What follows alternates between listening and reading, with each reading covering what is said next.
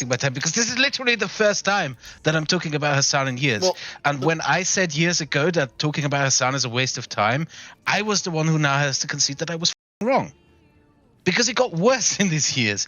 And another thing that you discount is that when it comes to liberal creators generally on YouTube, like virtually everyone I've talked to has experienced some form of harassment and of having their lives made more miserable because of the direct involvement of people like Hassan.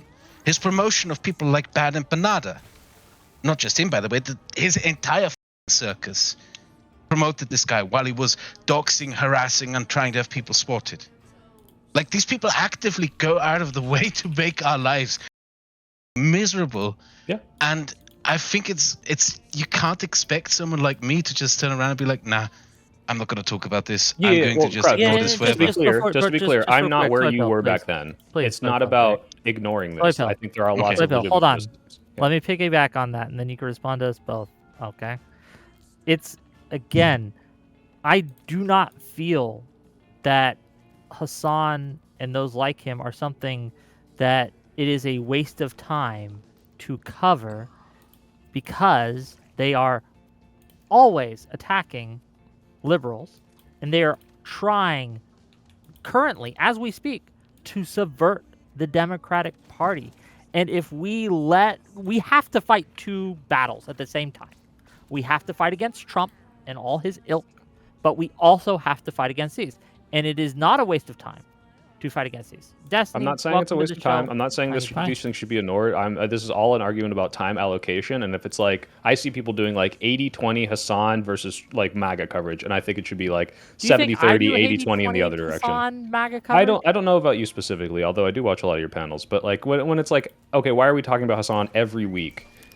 Because there's like a new drama slop thing going on, versus, hey, here's Hassan promoting a candidate that is specifically like bad in comparison to the liberal candidate in this primary. Abso-fucking-lutely cover this. Talk about why your candidate's better. Promote that candidate over them. And then, you know, if you want to fucking talk about dog shit on your drama segment, maybe. But like, I just think there is a disproportionate amount of time spent to things that don't matter nearly as much. And when we're looking at like who has the power and who's actually like exerting that power over us, it's just not as logical to me to go after to the extent that people are. That doesn't mean that he's not worth criticizing. Okay. Go ahead. Did you have No, something? I just said okay. Yeah, I understand that point. I just disagree with that. I think that, I mean, especially us who do this thing online, we do have to concern ourselves with what people do online. It's very difficult to translate what we do online into offline activity. And what all of this overlooks is also the point that, like, what does Hassan Piker do online? What does he spend his time talking about? It's either spreading disinformation or his personal vendettas. That's literally all he does. Usually against the left, too, also, right? I feel like that's a thing. Like, I think it'd be weird if Hassan spent all of his time attacking conservatives and then people just spent all their time attacking Hassan. I think it'd be really strange. But I don't know. When I look at that movement, it feels like they're more concerned with attacking other Democrats than doing anything against Republicans. Yeah. No, I don't disagree. But my issue is this, is how much are they able to hurt the left versus the right is? And that's what I think the proportionality should be dedicated to. Like, don't get me wrong, these people are actively announcing their ideals to subvert the Democratic Party, subverting better candidates, like pushing someone like, in my opinion, a Plattner over Collins, which I don't think is good. Is it Collins? No, doesn't matter. Point is, like, that sort of shit is bad and should be... Plattner versus Excuse me, thank you. That sort of shit is bad and should be talked about. But when it's like, all right, and then let's focus on the fact that my day-to-day life is materially worse every day because of MAGA, that deserves a lot more energy right now, and how we can like fight back against that. Yeah, but that's I think most people on the left the proportionality is a little out of whack. Well, I think most people agree that MAGA is bad. That's not a disagreement. The disagreement is that the people in Hassan's camp are saying that Democrats won't do anything better for it, which I think is problematic when the right can cast them as our figures, which they do. They love to do that. Although they do it in a way to just damage us and never damage those people, right? There's a reason why when they bring Hassan up on Fox News, it's kind of like to laugh and make fun of him and then to make fun of all of us, but they're never, ever trying to cancel these guys because these guys are invaluable to the right. And then, meanwhile, when it comes to us evaluating our own movements, there's this huge, apparently genuine rift right now with some people in the party for like, should we welcome with open arms people into our movement that want to destroy the entire political party? Which is what Hassan and all them want to do. but nobody seems to understand or won't recognize, even though like Hassan has basically explicitly said this across multiple platforms, which I don't understand. Yeah, and it's not something that, this is what I want to try to get across to you, Soyville, right? And to the audience listening, and I see a lot of you guys who disagree in chat, and that's fine, right? But this is something that we can't just wait on. They are doing it now. And unless someone stands up and says, hey, this is a really bad idea to let these people in positions of influence in the Democratic Party because they're going to push us away from good policy, liberalism in general. And also, I personally think it's going to be a gift to MAGA, right? They're going to just run ads about how, look at the far left, and how they're cozying up with Hassan Piker, and they'll be able to put together some really just like his clips of him calling Jews all sorts of bullshit things, right? Of him going off on these misogynistic rants, of him doing all these like awful, awful things and saying these awful, awful things, and they'll put pictures of him, right, hanging out with Ro Khanna and all these other kind of politicians, Bernie Sanders, AOC. I think we just don't. Like, that's going to hurt us immediately. And part of fighting Trump is fighting Hassan, in my opinion. But go ahead. That progressive victory thing is going to be one of the most ridiculous things that we've seen in years. I can guarantee you that. Like, he usurped that. Like, he accused everyone who was in there, including, I think, 2 of you in here who have been part of that organization, right? And he accused you all of being, like, black money, Zionist, conspiracy, whatever the fuck bullshit. He usurped this organization, and the first thing they do with its account is beef with people for his fucking personal vendetta. He subverted a fucking policy org just so he could use it for his personal vendettas. That's not quite correct. That's not the first thing they did with it. The first thing they did with it that I saw was they made an excuse for why Hassan openly doxed people that were part of that organization, which is something that Hassan did. He was going over a bad empanada video that had the public filings of the addresses of a bunch of people that were part of Progressive Victory. And Hassan went over it, and then the PV account came out, and they did like an apology tweet for Hassan saying that it was actually their fault or something. It was ridiculous, but yeah. Well, let me clear that up. I don't want to defend what Hassan did, because I think that's unexcusable to show all those doxes. But what PV did specifically was say, and this was their fault in the first place. This is the reason it was out. They paid out of the wrong org. It was supposed to be, I think it was the LLC instead of the PAC, and they paid out of the PAC. And because it was the PAC, you have to then disclose all of the addresses and names of all the people you paid out to. And that was someone in their org that fucked up. Now, Hassan capitalized off that and then made it worse by broadcasting it. So it's like, oh, you can't just say, oh, it's public, therefore it's not a big deal that now I have a stream with 20,000 people on it. If I may. But I'm saying that PV did fuck that up. Well, wait a second. Hold on. Wait. PV, wait, real quick. PV might have made a mistake, but Hassan was aggressively and maliciously using that information to silence other political voices. Yes, on a scale from like 1 to 100, obviously worst. Like if Hassan's mistake was 100, PV's mistake was like 5 or 10. Like it wasn't that.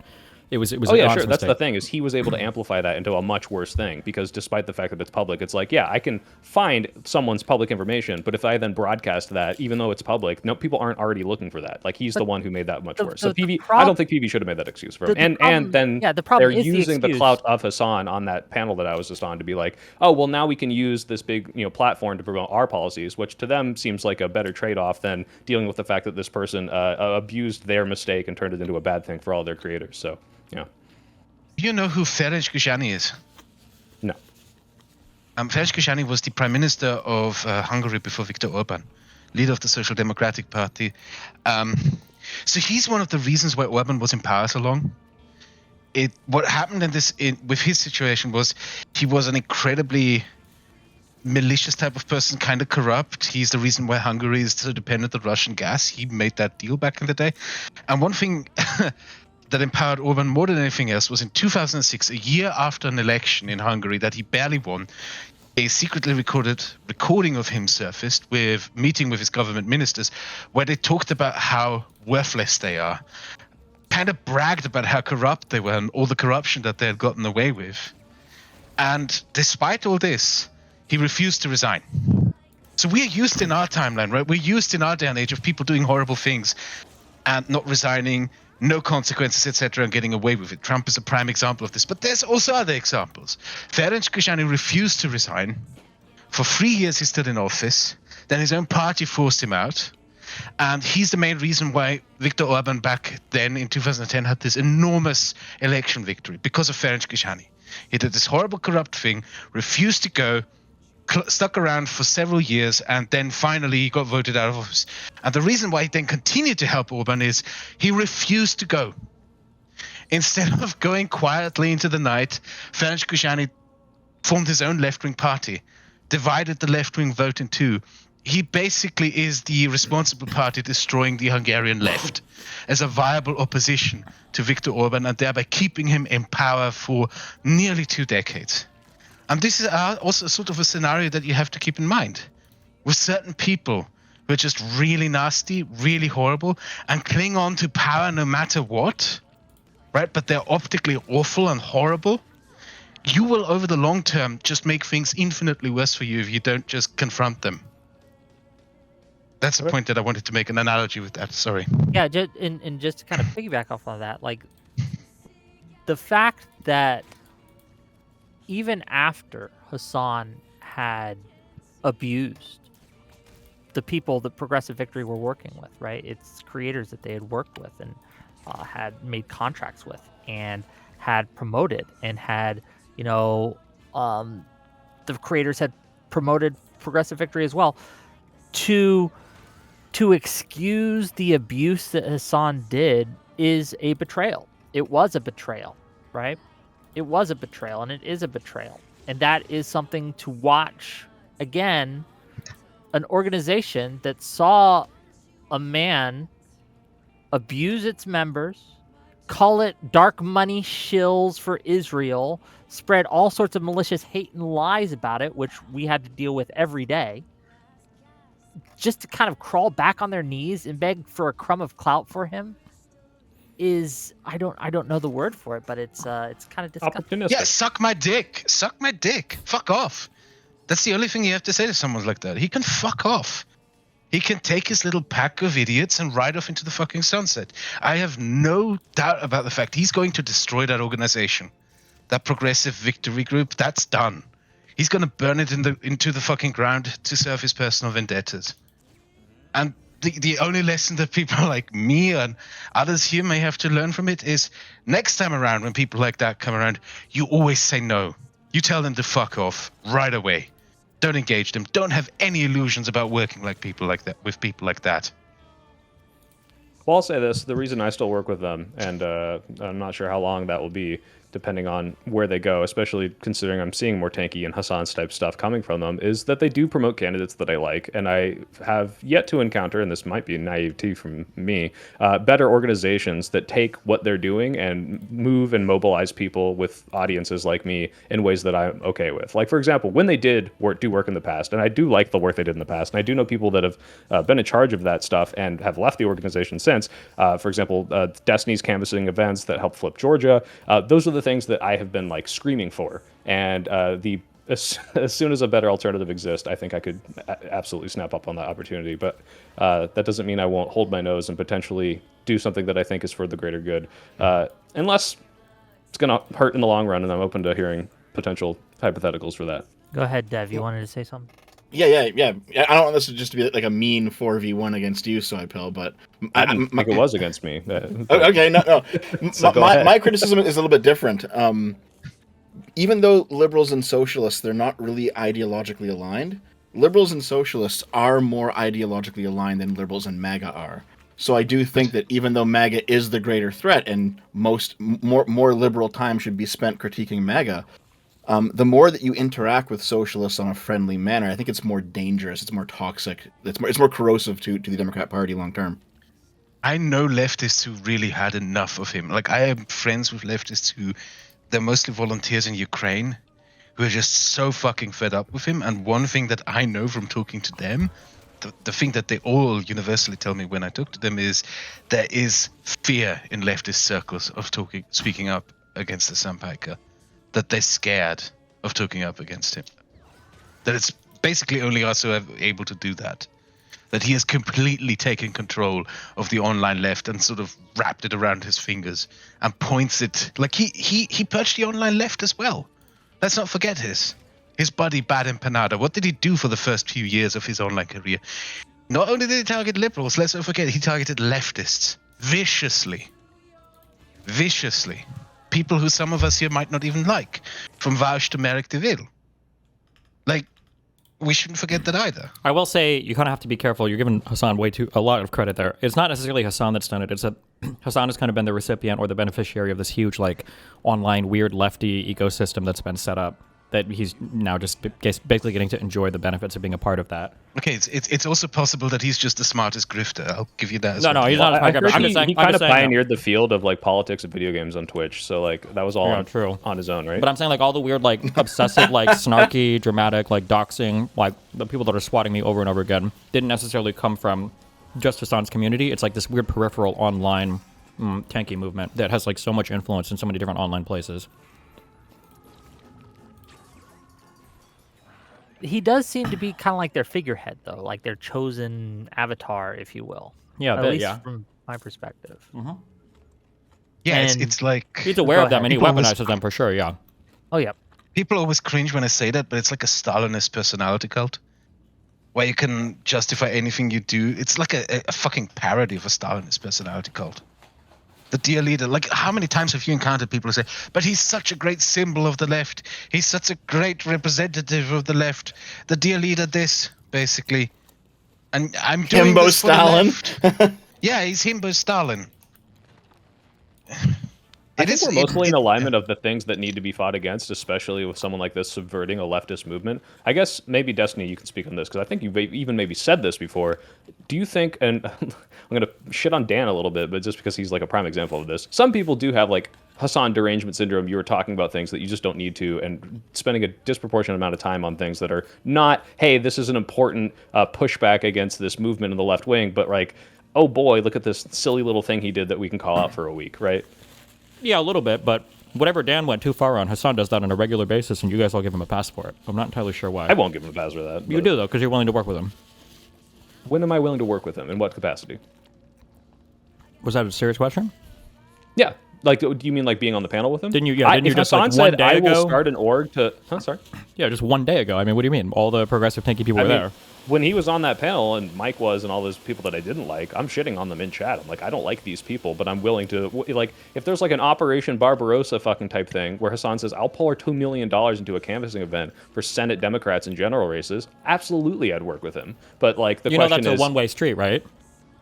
I Wait, why? don't think he will pull $2 million. Like he would No, I'm never... not saying he will, obviously. Yeah, Because I no, told no, him I they wanna- would I never be wanna- willing. why Why would I They do would, that? they would never What do be you willing mean to work with analogy? you. Like Hassan is never jumping on a liberal project ever.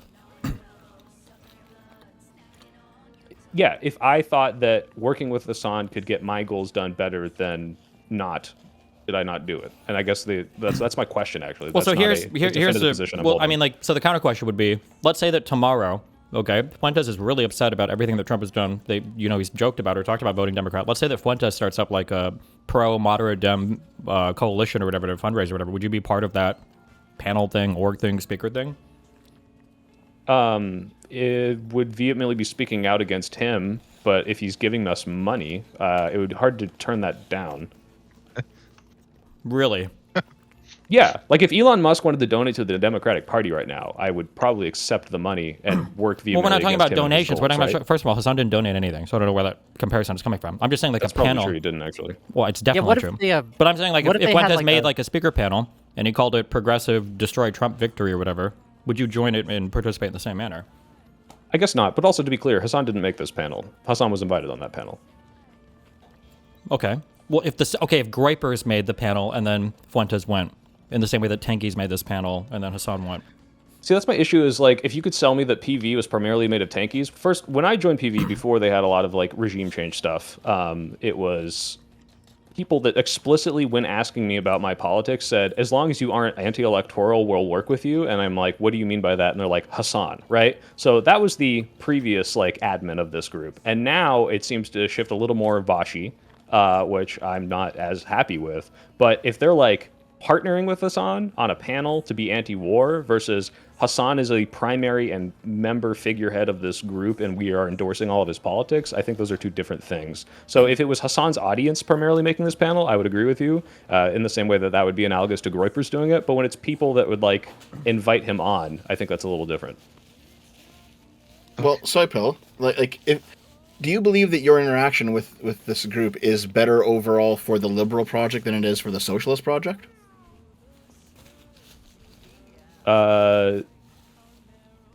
Yes.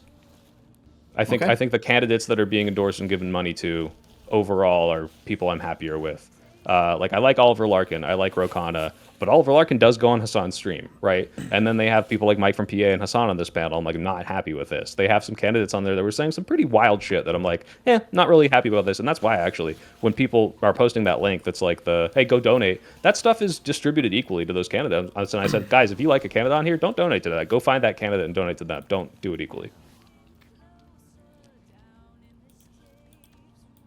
I don't know. I'm not sure that I can support a candidate willing to work with Hassan, frankly. So any of these people who are going on a stream and having would you vote for Bernie Sanders? He's now had multiple appearances with Hassan. I did actually. No. Now would you? Probably not. No. Okay. It would depend who's running against. Easily. I want to be very clear. Any of these motherfuckers opposing JD Vance, I'm voting for them, right? Because JD in Vance a general, sure, but in the primary, let's say it's Bernie versus the most center left possible, probably farther away from your politics than Bernie would be, right? Bernie is worked with Hassan, he's buddied up with Hassan. Yeah, that's not enough for me to purity test and say I'm never going to vote for this person who aligns with me on all these other things. Again, it really depends on the. You'd have to look. It's like fact-based question you're asking me, right? Right, but now you're introducing the nuance that I'm talking about, right? If someone's like, I endorse Hassan and all his views, I'm not going to vote for them. But just real quick, as a rule of thumb, I am saying that if you are willing to work with Hassan Piker, then you are probably not on my team, right? You are probably more than likely going to be against a lot of the things that I stand for, because you're willing to put up with a level of anti-Semitism. You're willing to put up with a level of harassment. You're willing to put up with a level of just communist brain rot that I think would, if we accept it in, it's like ingesting poison. It will eventually kill us. It may make you feel good at first, but it's eventually going to kill you. This is to me, unfortunately, and I don't want to make all these things seem equal, because they are not. I think that Hassan's politics are really bad. But this is to me every time. Wait, just real quick. It's not just Hassan's politics are really bad. His personal behavior and everything is deplorable. It is the worst. Well, I'm going to get into that, but that's less bad for me than the politics, which are I think are good, destructive to democracy. I feel like Hassan has contributed to more harassment in this sphere than almost any other content creator that I can think of. Wait, what do you mean? I'm not saying they're good. Wait. Hold on. Let Destiny Kraut, then Soypill go. I don't know where that statement came from. I'm not saying they're good, right? If I were to say, this guy went to murder your dog to cut his throat, would you say, well, I wouldn't say that behavior? You say, no, the behavior is deplorable. I think Hassan has probably been responsible for more harassment for anybody in the center left sphere than maybe any other single individual on the internet. Yeah, but Destiny, the thing I was about to bring up was whenever I appear on screen with you, I get so much shit for all of the accusations against you, the dox stuff, yes. Any and all behavior. Who do you think that comes from? And the thing is, I'm willing to say... Wait, real quick. Who do you think that comes from, though? It might be Hassan's community. Yes, it is. That's the point. You're making my point. Yes, correct. That's how they police how much of these are... I don't know how much of this is legitimate criticism or not, but my issue is I value your politics and your movement far more than I do potential accusations and how true any of these things are. And so when I hear the stuff of hey, Hassan is a deplorable person, it's yeah, in a lot of ways I agree with this. This is just obviously true. But how much am I willing to use this person in the same way that he's trying to use us to promote my goals? And it's if you could show me that this is more harmful to my movement, that's when I change my mind. Hold on, wait. It's not so much. Wait, real quick. It's not so much. You want to out Hassan. Yeah, it's not, and it's not we're saying that the personal behavior is bad insofar as there might be some misgivings about how they conduct their life, whatever. It's that Hassan will directly attack people in these communities. Would you still be willing to work with me if you found out that the mean messages you get when you come on my stream are me messaging my fan base in another Discord saying hey, you guys need to go and harass the fuck out of the Soypill. Fuck this guy. I honestly would. I honestly that. Okay, wait. In this case, you have to acknowledge when you're having these conversations that you are way outside of the norm and that your opinion is not worthwhile or valid when it comes to evaluating most people. Because most people will not. Most people will not tolerate that type of behavior. That's an insane thing for the average content creator, politician, or whatever to deal with. Is another huge content creator that is actively, and I don't mean by way of having a disagreement or whatever else, but is directing their community to directly go and harass another person. That's a really out there behavior. No, it is. But first of all, wait, Crowd. I really have to address this. One, Just I already get so many DGGers in my fucking DMs telling me to fucking kill myself, and not because you told them to, by the way. I know that's not it, but just because of like just disagreements that you and I might have. But two, like, tell me if this is not true. Have you not doxed people on stream before? Yeah, people related to Justical? I don't know who or why. It doesn't matter what your justification is. My point is that like you have done things that I would say I don't think that's okay, and I'm sure you can find examples of All right. But I'm not trying to make these things equivalent. What I'm saying is like if you're saying, oh well, now I can never ever ever do anything with this person because it's a tacit endorsement of everything they've ever done. That's not whether that is. Not, no one even said that. No one was making that argument. Okay, it's not cool. about endorsing behavior. It's about collaborating with people that are actually trying to destroy the other people in your space. Yes. Like that, like that's a very simple thing. It's not like somebody said a bad thing and now you're endorsing something. It's like Hassan will actively try to destroy people in this space. Like you were on not at the same time, but Dylan Burns was on there. Okay, a guy who we've all watched. I think we all are personally friends with, or at least I am friendly with. Right? Dylan, Hassan called this guy a war tourist. Yeah. Okay, a war tourist. All right, and was regularly roasting him. Okay, and why do you think Dylan was on it? Probably because Dylan had he wanted to talk about the Ukraine issue, because absent him, literally nobody there would have talked about it. Wait, you just totally sidestepped. You just totally sidestepped what I. That Hassan was on that panel. You just totally sidestepped what I brought up, though. I'm just saying that Hassan is like will personally try to destroy using personal attack, and not like these are just political disagreements. But the whole thing is you're criticizing me for potentially working with him, which was being on a panel that he was on as well. Dylan was as well. Dylan has even more personal beef because of what you just described, and yet said, you know what? I think I can do more good introducing a liberal pro-Ukraine message, especially with all the anti-Israel shit in that panel. It's like, hey, look, I'm actually like talking about other anti-war things that matter, and I think he did more good doing that than he would have if he said, "Oh fuck, Hassan was really mean to me. I'm not going on this." Really mean to me. Yeah, but just okay, sorry, I didn't mean to fucking downplay. You know what I mean? Like maybe I'm separating myself from Destiny here, but I am not criticizing you or Dylan for still working with Progressive Victor. You do what you think is best for your goals and things like that.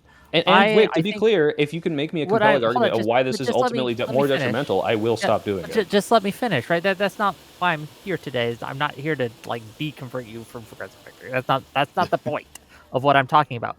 I just want people to understand what is happening, because as Kraut said, Hassan has subverted that organization. Right, or Hassan fans, right? Maybe not him directly. The weird like, what are you basing that off of? Like, Destiny, you know Jonah, right? Yeah. Like, he is? I'm very trustworthy of him and know that he knows the internals of this. And to my knowledge, there's not some like tanky subversion pro Hassan movement in this thing, despite some things you might see that do come out of Progressive Victory. And have you been led to believe that? Grim? Hold on, wait a second. Been cheering the Russian invasion from the start. Hold on, wait, just checking. Wait, just checking. Are you saying that Jonah has come out and publicly said that? I don't know if he's publicly said that. I'm asking if you've talked to him about it. Okay, I won't quote any individual person, but that entire organization has been completely and totally subverted. Yes, every center-left liberal has been excised from that org, and it is exclusively socialists and tankies now. Yes, I know that 100% to be true. Yeah. I mean, I shouldn't even have to say that. It's very obvious just by looking. No, you haven't. I literally am talking to Jonah right now, like in chat. So like whether or not that's true, I'm not saying you're wrong or lying or something. I'm saying I have heard differently. Yeah, Ryan Grimm is on there.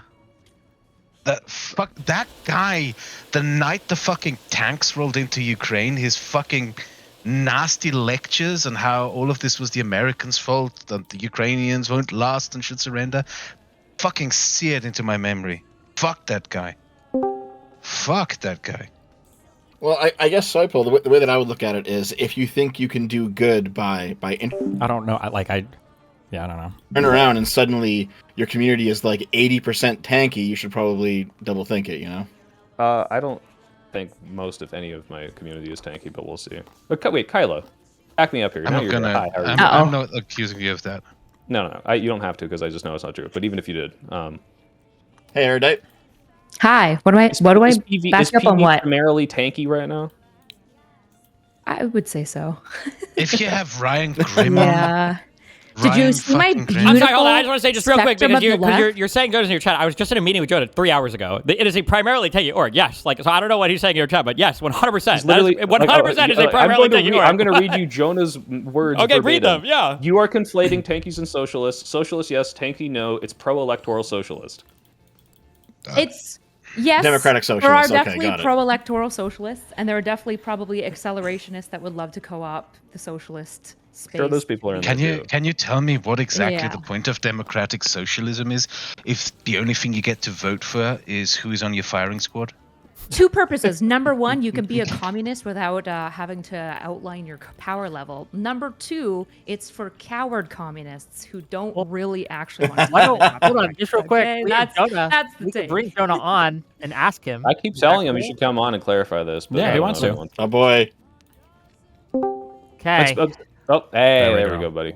How's my favorite Jew? Okay. Now that you're here in the hot Yeah, seat. yeah. Okay. I don't want to be here for very long, but yeah, basically, I describe tankie as, like pro-Russia, pro-China when it comes to China-Taiwan. That is not the position of the leadership, as I understand it. That's not what They are tankies socialists. Wait, so Like- you're not Well, also, MLs wait, then? wait, You're we not weren't talking about MLs? leadership. Be We weren't talking about like, leadership. We were they're saying like- the org writ Hold large. on, yeah, one at a time. They're One at like- a time. Go ahead, they're- Destiny. We weren't. they're- Yeah, we weren't they're talking about socialists. the leadership. We're Yeah. talking about the people they're working with. Yeah. No. We weren't talking about the people we're working with. We were talking about the organization has been subverted by Hassan and his movement. That's what was said. They're Oh, clearly I think working it's with more tankies. Vosh. They're working with I think it's Hassan. Vosh's audience more than it's Hassan's audience in PV. It's entirely Bosch's audience. Yeah, I figured.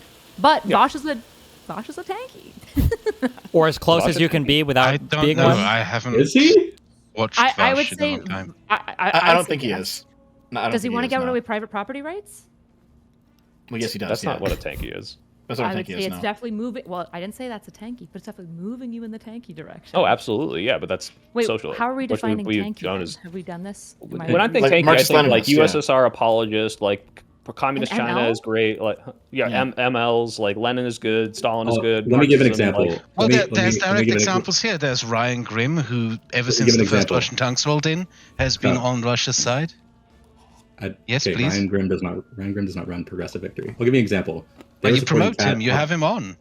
Do you want me to speak or I don't work for Okay, PV. yeah, I got sorry. ousted. Okay. Sorry. okay. Okay. Go Anyway, ahead. Sorry. ahead. I thought it was too basic. so yeah, I got ousted from that org. But like for example, they're supporting Kat Abu Ghazaleh, or however you pronounce it, in the Illinois 9th congressional race. She Yeah. had some like position paper come out that was like in the How do you event of spell like that? figure it out. In the event of a Chinese invasion of Taiwan, that the U.S. should actively support Taiwan with weapons and whatever, right? That pissed off a lot of tankies online. They were like including Ryan Grimm, who who I agree is much closer to tankie than the average socialist or whatever. But they supported Kat and they were like, fuck these tankies. This does not change our opinion of her at all. We agree with her position on Taiwan. That is what I would see as if they were a tankie organization and from the leadership, they would not have that position. And I'm not going to out specific people, but the leadership I know, like, I'm not going to out specific people, but I know the leadership is pro-electoral and anti-tankie very explicitly. But what They're That's the socialists, person. but She lost her primary, and then Hassan Piker ripped into her because, that's because you supported Taiwan. Also, I feel like in Did you terms of say their that? in terms of I would their- also disagree with that. in terms Go of their ahead, big Devin. names, I feel like it's the Israel thing that they care more about. And she was quick to ID Of course. some APEC-funded dark money group that was against her as well. So I'm pretty sure Israel is the big motivating thing for a lot of these Totally. weird types of people. Is Vosh? But I see he's tankie an as ANCOM, right? Like he's an Yeah, he's like an anarchist anarchist libertarian right? or whatever. I don't quite know what to He's do with the also ANCOMs, mostly because they've just He's- like abandoned reality. Here, in a way that, instead of like MLs fixating haven't. on like He's the all weird- anarchist he's too, also- actually, yeah. Instead of I agree, I fixating, agree. instead He's of also fixating, pro-Ukraine. instead of fixating right? on the weird Like, labels, like here's the thing: is will they support Democrats in the general? That's like the main I motivating think Vosh thing. is, right? I think pretty sure Vosh literally. 2020, right? Wow, well, that's how many years ago was that? I don't know why that's relevant now. Number Well, one. maybe he won't do it anymore. But number two, wait, no, no, because like I'm pretty that's sure why he I said. want to work with hold on, people. hold on, Vosh one at a literally time, said. one at a Vosh has time. literally said, I think he wouldn't vote for Gavin Newsom in the general because of his position on Israel-Palestine. Oh, okay, well that's stupid. Um, This is like the Trump I- stuff. Wait, do you not see the? The minimizing language. Wait, like they're like, oh, this is stupid. Oh, this is dumb. Sorry, Oh, what that's words bad. did you Oh, want me this to is use dumb. there? I'll No. agree with them. You're saying it's not words, but it's like it's indicative of your state of mind because you keep doing this over and over and over again. Where anytime there's a bad thing brought up, you're like, oh, I guess it's kind of bad. Oh, yeah, that's not great. Oh, yeah, okay, yeah, I guess. Like it's not a thing that motivates you. Yeah, because or you care I'm much more about it. aligned with people on this side, but it's like if you're going to be anti-electoral to say I'm not going to vote for Gavin Newsom in the general, it's like, yeah, you're not really part of my movement then. Sure. The point is that wait and see if PV is going to do exactly that. And if they do, criticize them, call them tankie, call them, no better than the DSA or whatever. But the idea is that you can shake your head, Wick, but the idea is that there is no proof that when there is a competitive race, which there will be this year, and you will see them support the Democrat in the election in a competitive Senate race, competitive House races, you will see that happen this year. And if you don't, then I'll join you in hating PV. Okay, I have every reason to. If I wait. Let me add one thing there. Let me add one thing. Because it's completely relevant what he just said. Shut up. Okay, let me finish my thought, and then we got some people. I guess I'll allow it. Go ahead, Wick. My thought, right, is I don't so much care what the leadership says they are. They are consistently promoting overwhelmingly a group of people who are anti-democrat. Right? Wait, what do you mean overwhelmingly? Anti-liberal. I just went to the account. They're literally retweeting Gato Fumador. What fucking reason do you have as a serious political organization to repost Gato Fumador out of all fucking people? California is so compromised. Yes. What the fuck is this? Only one U.S. Congress member does not take AIPAC money. That's like a blue state. That's like entirely going after what? Yeah, and so they can say all they want. Oh, I support, like in the general, we'll support them. But if you spend the whole time just trashing Democrats all day, and then the day before the election or the week before the election, you're like, okay, guy, just vote for the Democrats. It's cool. Right? Wait, okay, this is entirely to my point of why I'm willing to work with such an organization. If they do what they did, which this is literally the shit like that inspires me to like move stuff and criticize people like Hassan for not doing shit like this in the general, in runoff elections in Georgia and Senate races. Okay, let's go put money and people out there and make sure we win this. If they're not doing that this year, I'm fucking out. That's why I'm trying to do stuff like this. And so like the idea that like if there's an alternative to this, yeah. I would absolutely jump on that instead because they are half of these people they promote are people like you said, Kraut, and other people are bringing them up. People I don't like, but half of them I do like. I do like Rokanda. I do like Larkin. I like a lot of these people. So we don't have to guess. Right. We don't have to guess if they're gonna still advocate for the person they didn't like because they did. No. They did this already. They advocated for someone else in the governor race in New Jersey. They really did not like what's her name, Mikey Sherrill. And then they still made tons of calls for her after she won the primary. So, and that's not even in a competitive race. That's in a race that like we probably were going to win. So if they're doing that in that race, they're going to do it in other races. Okay, I think there's one thing.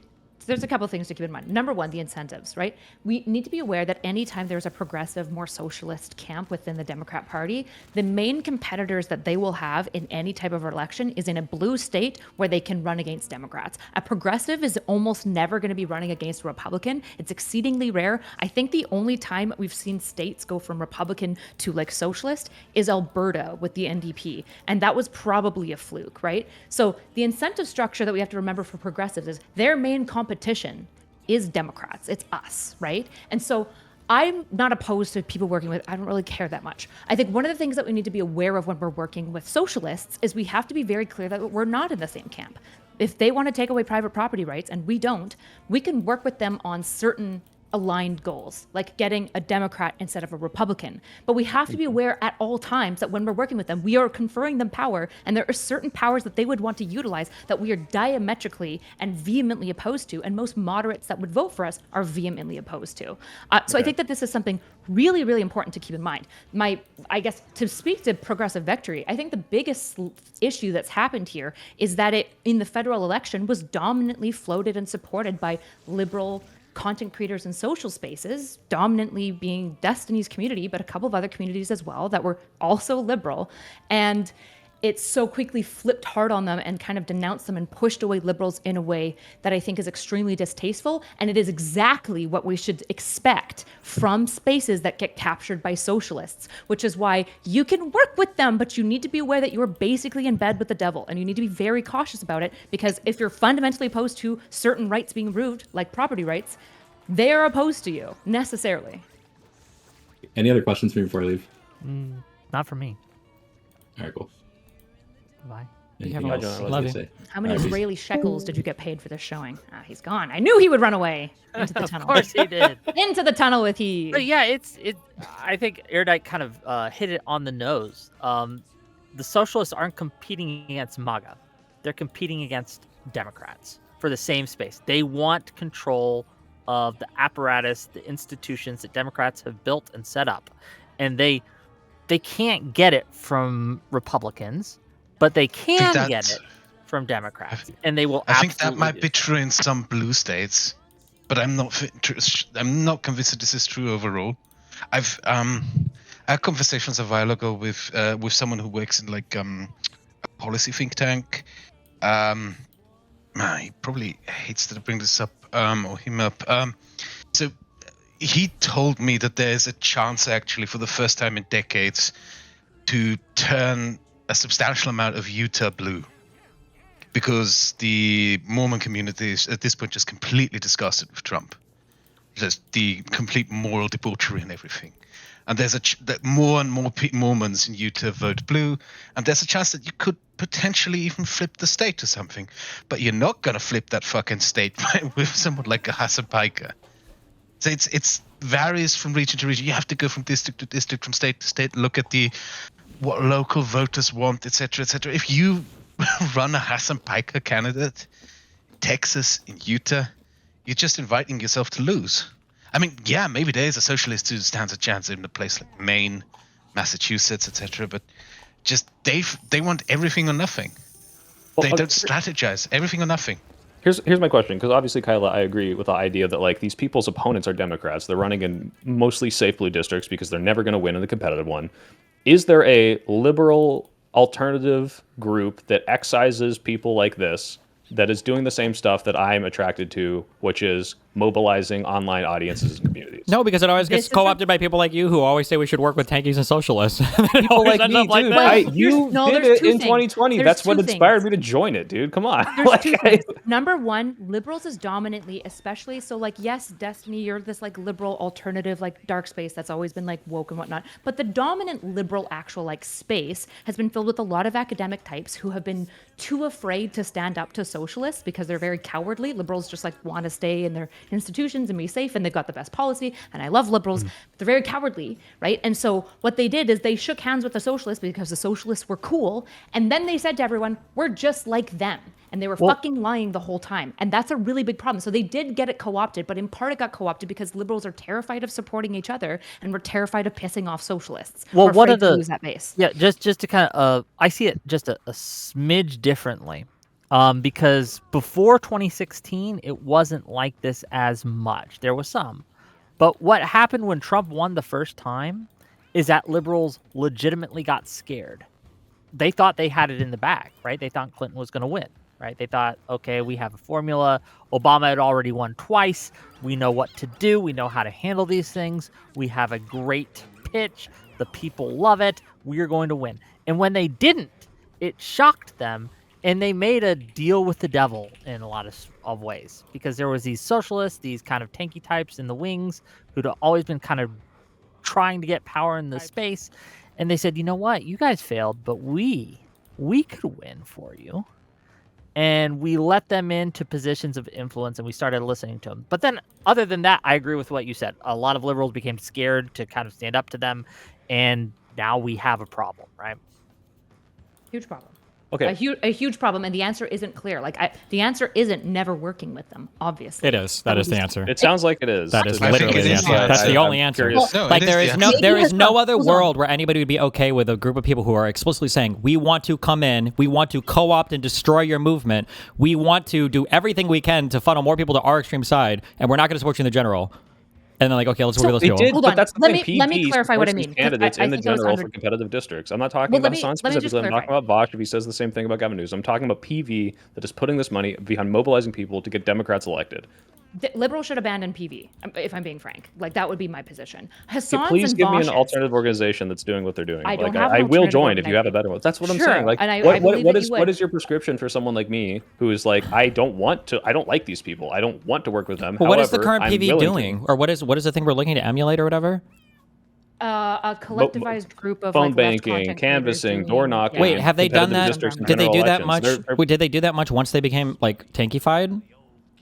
I don't know what the milestone of when that happened was, but if Before- they're not going to do it, but when they were Jonas says there's tankified already before plans to and do said after. thing. They just did this in a governor's race. That's what he brought up. Like, it sounds like they're still doing it. They've been doing phone banking since before liberals joined and after liberals have been pushed away, just to be clear. And when I say don't, like, well, you have to work with them, I mean, you do have to work with some socialists. You just do. I'm not talking about tankies. I think the fact that people work with Hassan and Vosh, I think the fact that Democrat candidates are literally slobbering at the mouth to go on Hassan's stream is a huge part of the problem. That's not happening It just right now. is. But it But is. there's a like- lot of Democrats And I who don't want think to go this on is Hassan's bad. thing that Destiny won't- worked he with won't let Vosh them in on. 2020 in a project I agree with, right? Yeah, but that was before. First of all, that was when Vosh was willing to like kind of be more electorally minded. Number one. Number two, if you remember back in those days, remember when I did the panel with Vosh and Emma literally said, "This is all a waste of time. We have no influence anyway." And now she's super gung ho and excited because she's got a bunch of other tankies on panels with her, and now they're excited to drive like influence in that direction. So I mean.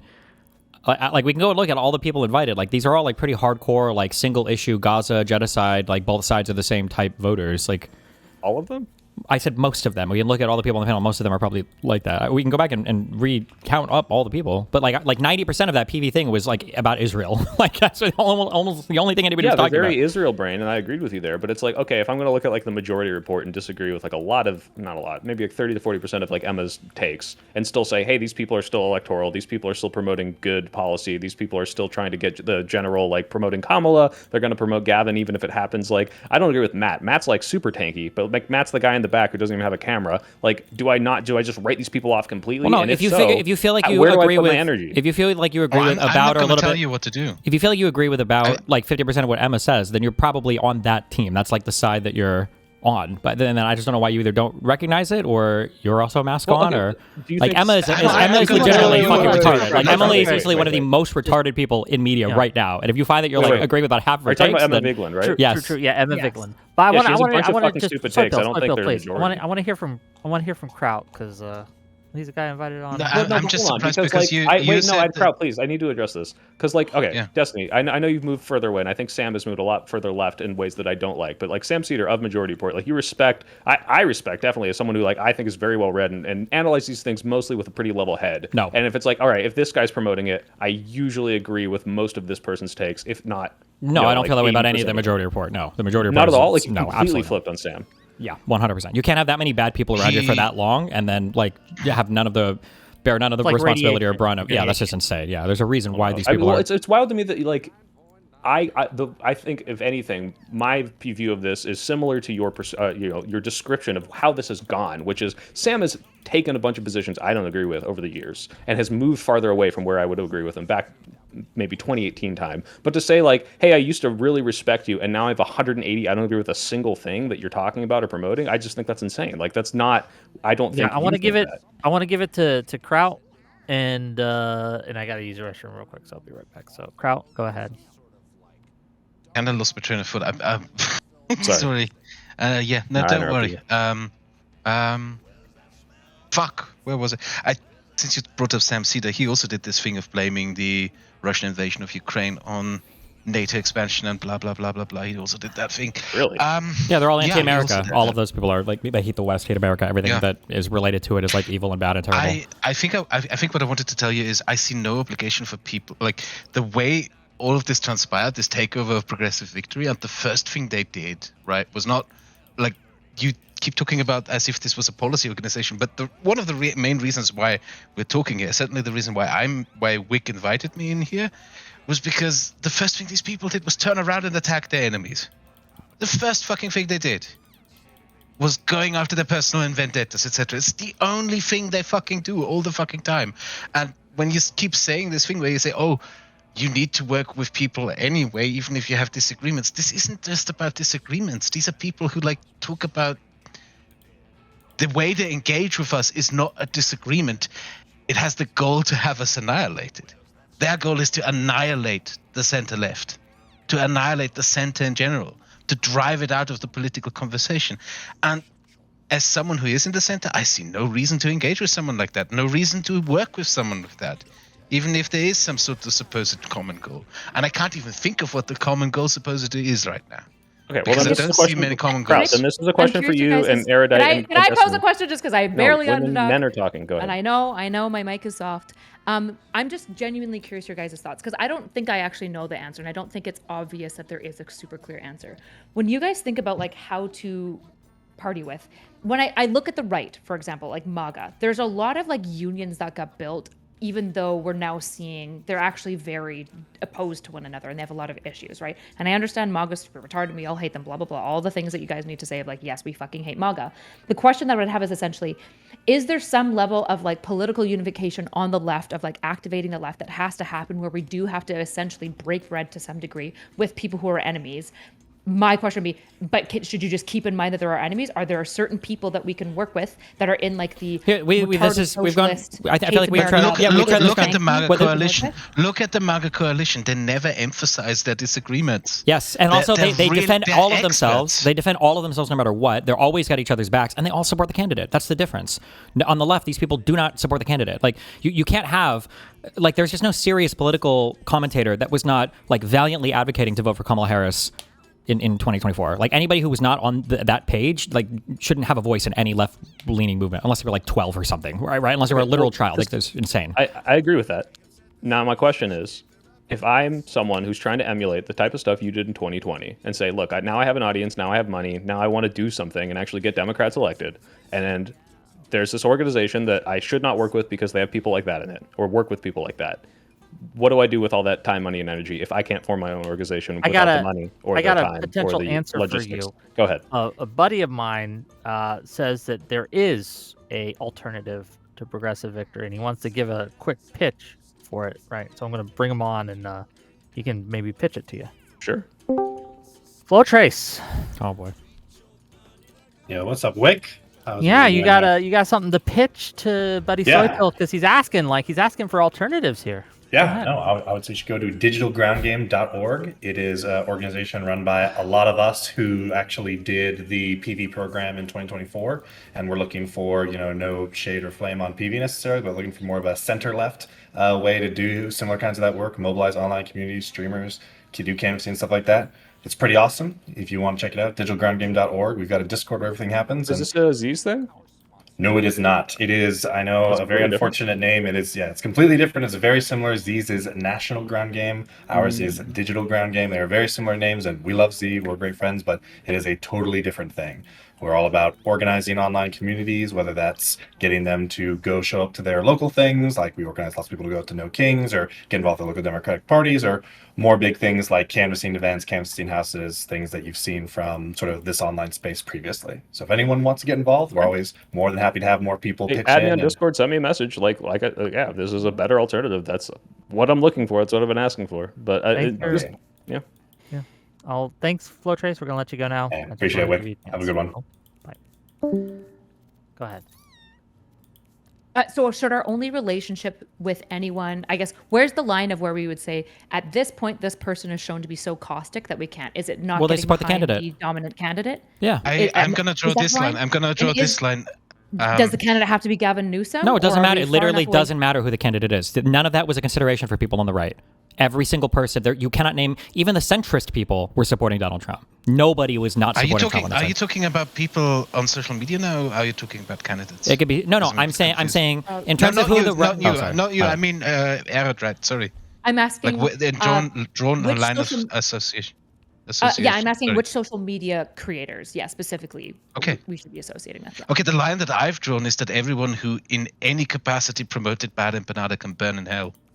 Oh, sure. I think that's good. But the issue is that's probably not actually as far as Destiny is drawing it, because there's probably a lot of people that don't support bad empanada. It includes Hassan.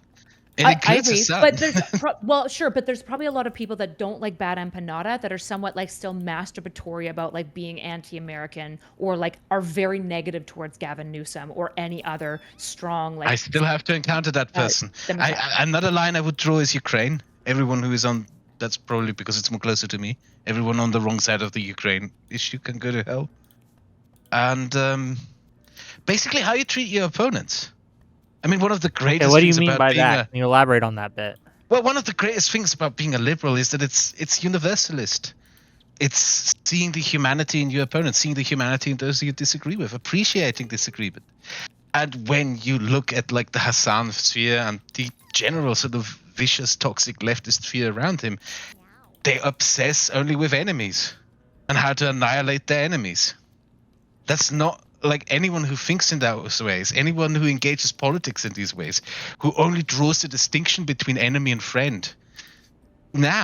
Fuck that. So I agree with that. I think that that's a really easy line, and I'm completely comfortable. The issue is that my suspicion is that there are more people that probably Destiny is suggesting that you don't work with, I could be wrong, that wouldn't fall into that category, that are maybe less caustic.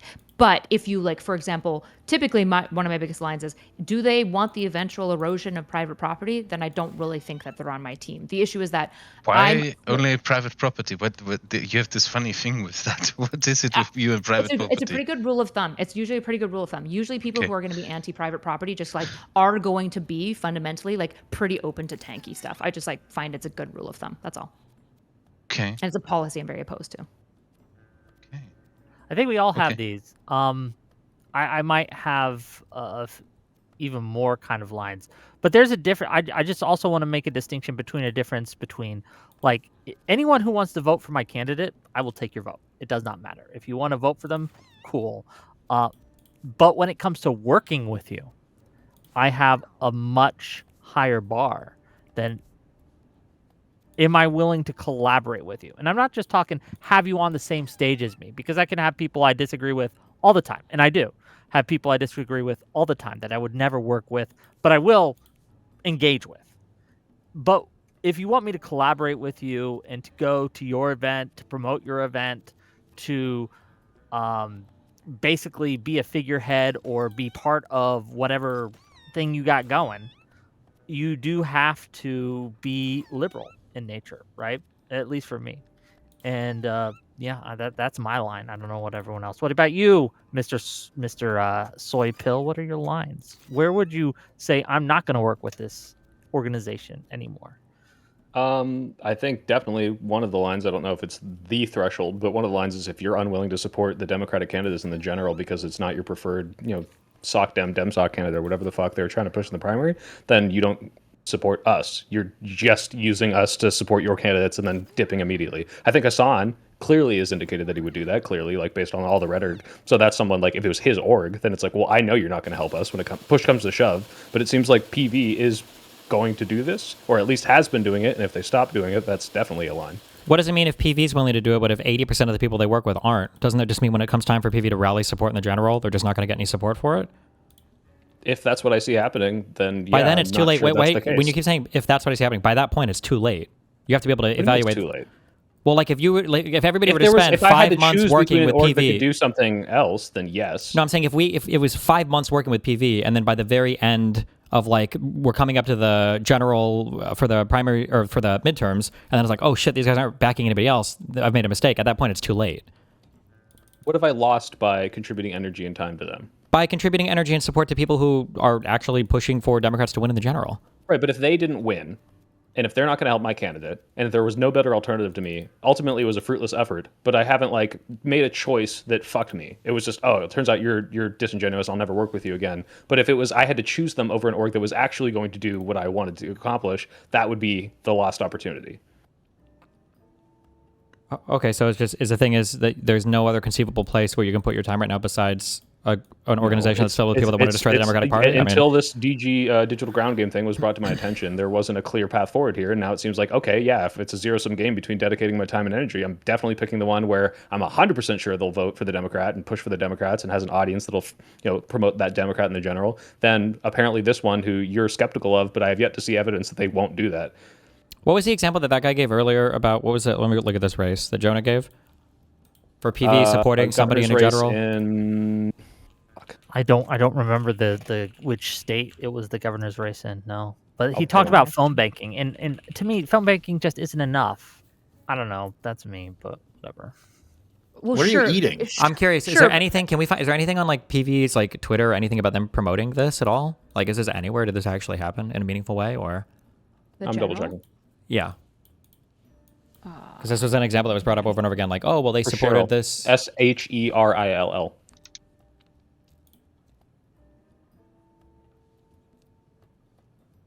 Yeah, surely on their Twitter account they would have some support of her, correct? Well, I don't know. That's what I was asking. But I mean, I can check. It's okay. Continue. Apparently, you can't search on Twitter if you're permabanned. So I'm sorry, I can't New look. NJ, New Jersey governor. Their preferred person lost. Who was the person that they were supporting initially? Cheryl Still? I don't know who the initial one was. I don't know. Yeah, it looks like Mickey. Hold on, let me look.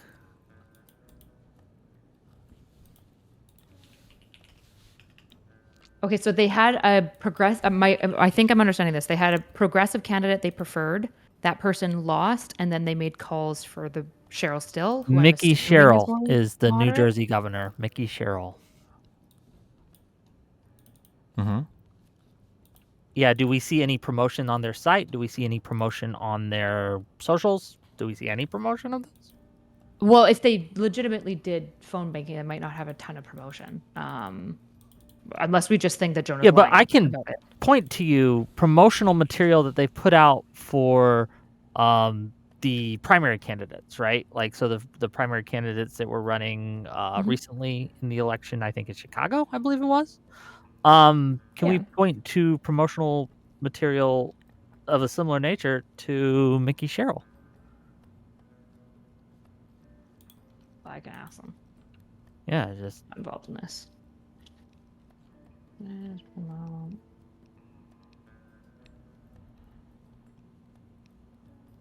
guess we're looking, we're searching, we're trolling the webs, gang. Okay. I have no idea what any of you are talking about because I do not know any of these people. Wait, you don't know Congress people like hockey cards and have all their stats memorized? How could you? While we're looking for that, Kraut, did you have any other thoughts on what's been said so far, or the issues that have been brought up, or things like that? What? What do you mean about like leftists, about tankies, about working Hassan with them? At what point would you? At what point won't you? Working. Et cetera, all these things. My reference point here entirely is history. Like, I think I told you before that my dad used to work with anti-communist dissidents in Czechoslovakia in the 1980s. So a lot of my views of who these people are and how they operate is shaped by like how, like, the way the communists came to power in Czechoslovakia was in 1948 through a coup in which they overthrew the government. And the way they gained the power to get into government was by consistently lying to the Social Democratic and the Liberal parties in Czechoslovakia. They told them we're democratic, we're trying to achieve a liberal Marxism, we're trying to do this and that, we're moderating ourselves. They deliberately moderated themselves to get elected into power, to come into government, and then they quietly and secretly built up the secret police force, made lists of people, and then in February 1948 they did the coup and murdered everyone. And that's not just something that happened in Czechoslovakia. That's also something that happened in Hungary, where it was called salami tactics and infamously conducted by Matyas Rákosi, who then became the dictator of communist Hungary. Similar things also happened in Romania, in Bulgaria, in Poland. It's always the same. These people lie, subvert, and then as soon as they have power, they murder everyone. And that's literally what happened. As soon as they had power in Czechoslovakia, the first people they rounded up and had murdered were all the liberals and social democrats. So I am seeing, just FYI, I am seeing them promote Mickey Sherrill. I will say it's a little sarcastic. They literally say it's good enough after the preferred person lost. So it's definitely not a rousing support. It's good enough. I don't know. Definitely would not have been how I promoted an event, but that's just me. I mean, so it's there. We got to give them their flowers for that. It is there. I'm curious. I would criticize that as that could. No, go ahead. Did the PV people? Did they ever? Now I understand that I'm persona non grata. But did they reach out to like Josiah or BTC or Pacman or Mockler? I don't know anything about their workings. I have no idea. I could. Do you want me to ask? The person I'm asking didn't even work with PV on any of these things. Well, sure. I'm just curious if they did because almost everybody that I think was like a recognizable like Democratic Party hater super lefty person. Except for Mr. Beat and Niels, I think, basically. Sure, yeah. What are your plans going forward? You're like all Americans, except for I can't pronounce your name. Sorry. Dev. Erudite. Sorry. Dev. Yeah, Dev is Canadian too, actually. Dev is We're both Canadians, yeah. Erudite, yeah. I'm a you're least both American immigrant. Okay, I get some flowers. What are I our mean, I plans? can't Are you tell you asking? what to Like, do what are with we planning to do organization. when it comes to the midterms? Like, What are you engaging asking? like I'm not American. I can shit on these people all I want, and I'm going to. In particular, as long as they keep talking about Ukraine and keep talking bullshit about Ukraine. That's my plan for the future. Oh, so I mean, this is a I'm- good question, which is like the Yeah. tactical versus the principle, right? And this is the actual tension I'm trying to sort out. What's tactically effective versus like principally effective? There is I no think, like, tactical effectiveness here because the people that are claiming to be tactically effective don't actually think the other side is that bad. Like the soy pill seems like he's in like 85% in agreement in terms of what they're saying, or he doesn't seem that huge of a deal with a lot of stuff, which is why there's a lot of elections Emma, on. which not fucking Hassan. All right, like these are very different people. The fact that I can't believe if you go watch like the Majority Report now, I feel like you'd agree with like 70-80% of what Sam Cedar is saying. If you disagree with that, I think we should go test it. Like maybe I'm wrong, but I can't believe that you wouldn't. Well, one of the issues with this argument is that if even if we said that we agree with 70%, if the 30% that we disagree with is fundamental to like liberalism and like the things that we value as like Well, it's not even. think And also, that- it's not I even don't think fundamental. that's It's what not it is even we're saying, fundamental to liberalism. We can move away from ideology. It's a one-way street. That's the issue. All of these things are one-way streets. They will never, ever, ever, ever, ever come out and ardently support like a moderate Dem in the general. Like a lot of these people. Sam does this. Sam might, maybe, but whatever amount Emma he did does this. is completely and totally destroyed by all the people he does around. Dude, when there was that election, the series of like special elections, it was like 6 months ago. I thought that Emma was legitimately going to kill herself on stream when all the moderate Dems were winning because you could tell how fucking hyped they were to see all these Dems lose because they weren't as fucking wacky far left as they wanted them to be. Like this girl, it seemed like she had to like triple up on her Prozac to survive that night. I'm not even joking. She was so upset. Like these people are not. It's just Okay, there's that's nothing. true. I have to readjust my 70-30. But to be clear, I know they don't like moderate Dems, but I'm pretty sure they'd support them. You can't. It doesn't. Like. This is a dumb argument to have because everybody knows that I'm intuitively correct. So I don't know why I'm expressing this. There's a difference between. And I'm not doing it because I'm bad at it. I generally don't. You get do it. because I know you wouldn't apply this lens of thought to anybody else. I know you wouldn't. If somebody says, "I want single-payer healthcare," this person is only pushing for a public option. Okay, we're gonna fight it out in the primaries, but if we just can't come to an agreement, I'll support them in the general. That's a position that is believable that a person can take and can advocate for their audience. If your position is this person is pro-genocide, they're a pro-genocidal Zionist, ethno-religious supremacist supporter, pro-genocidal, pro-apartheid state piece of shit, there's no. It doesn't matter what your words are. Like you guys would have used all these arguments against the neo-Nazis in the past. Oh, we're not racist. Oh, we're not anti-Semitic. LOL, because we said it. We can self-ID as not being this thing. If you spend the entire time attacking the left from the frame of like they're genocidal apartheid supporters, it doesn't matter if you pay lip service to supporting them in the general. It doesn't matter at that point. Wait, if I say that I think that Kamala Harris and just is real quick, promoting what a is it that genocide they- in Gaza, but I think it's absolutely imperative that we vote for her over Trump. Is that an incongruent position? If what? If Kamala Harris is pro, destroying Gaza and genocide based on the policies that she's promoting, and that said, I think it's imperative that we vote for her over Trump, do everything in our power to stop Trump, because it's 100%. That is functionally incongruent. How are these Yes, incongruent it's functionally positions? incongruent because there's no way How? you're gonna. Because how the fuck are you going to vote for somebody who's pro-genocide? That's an insane position. At that point, because it's impossible to look at the totality of an America and its policies around the world and say I'm going to purity test based on one thing and recognize that there are better options no matter how. That's bad literally you think what someone all is. of these people, Ryan Grimm and Emma and all these other people, is literally what they do.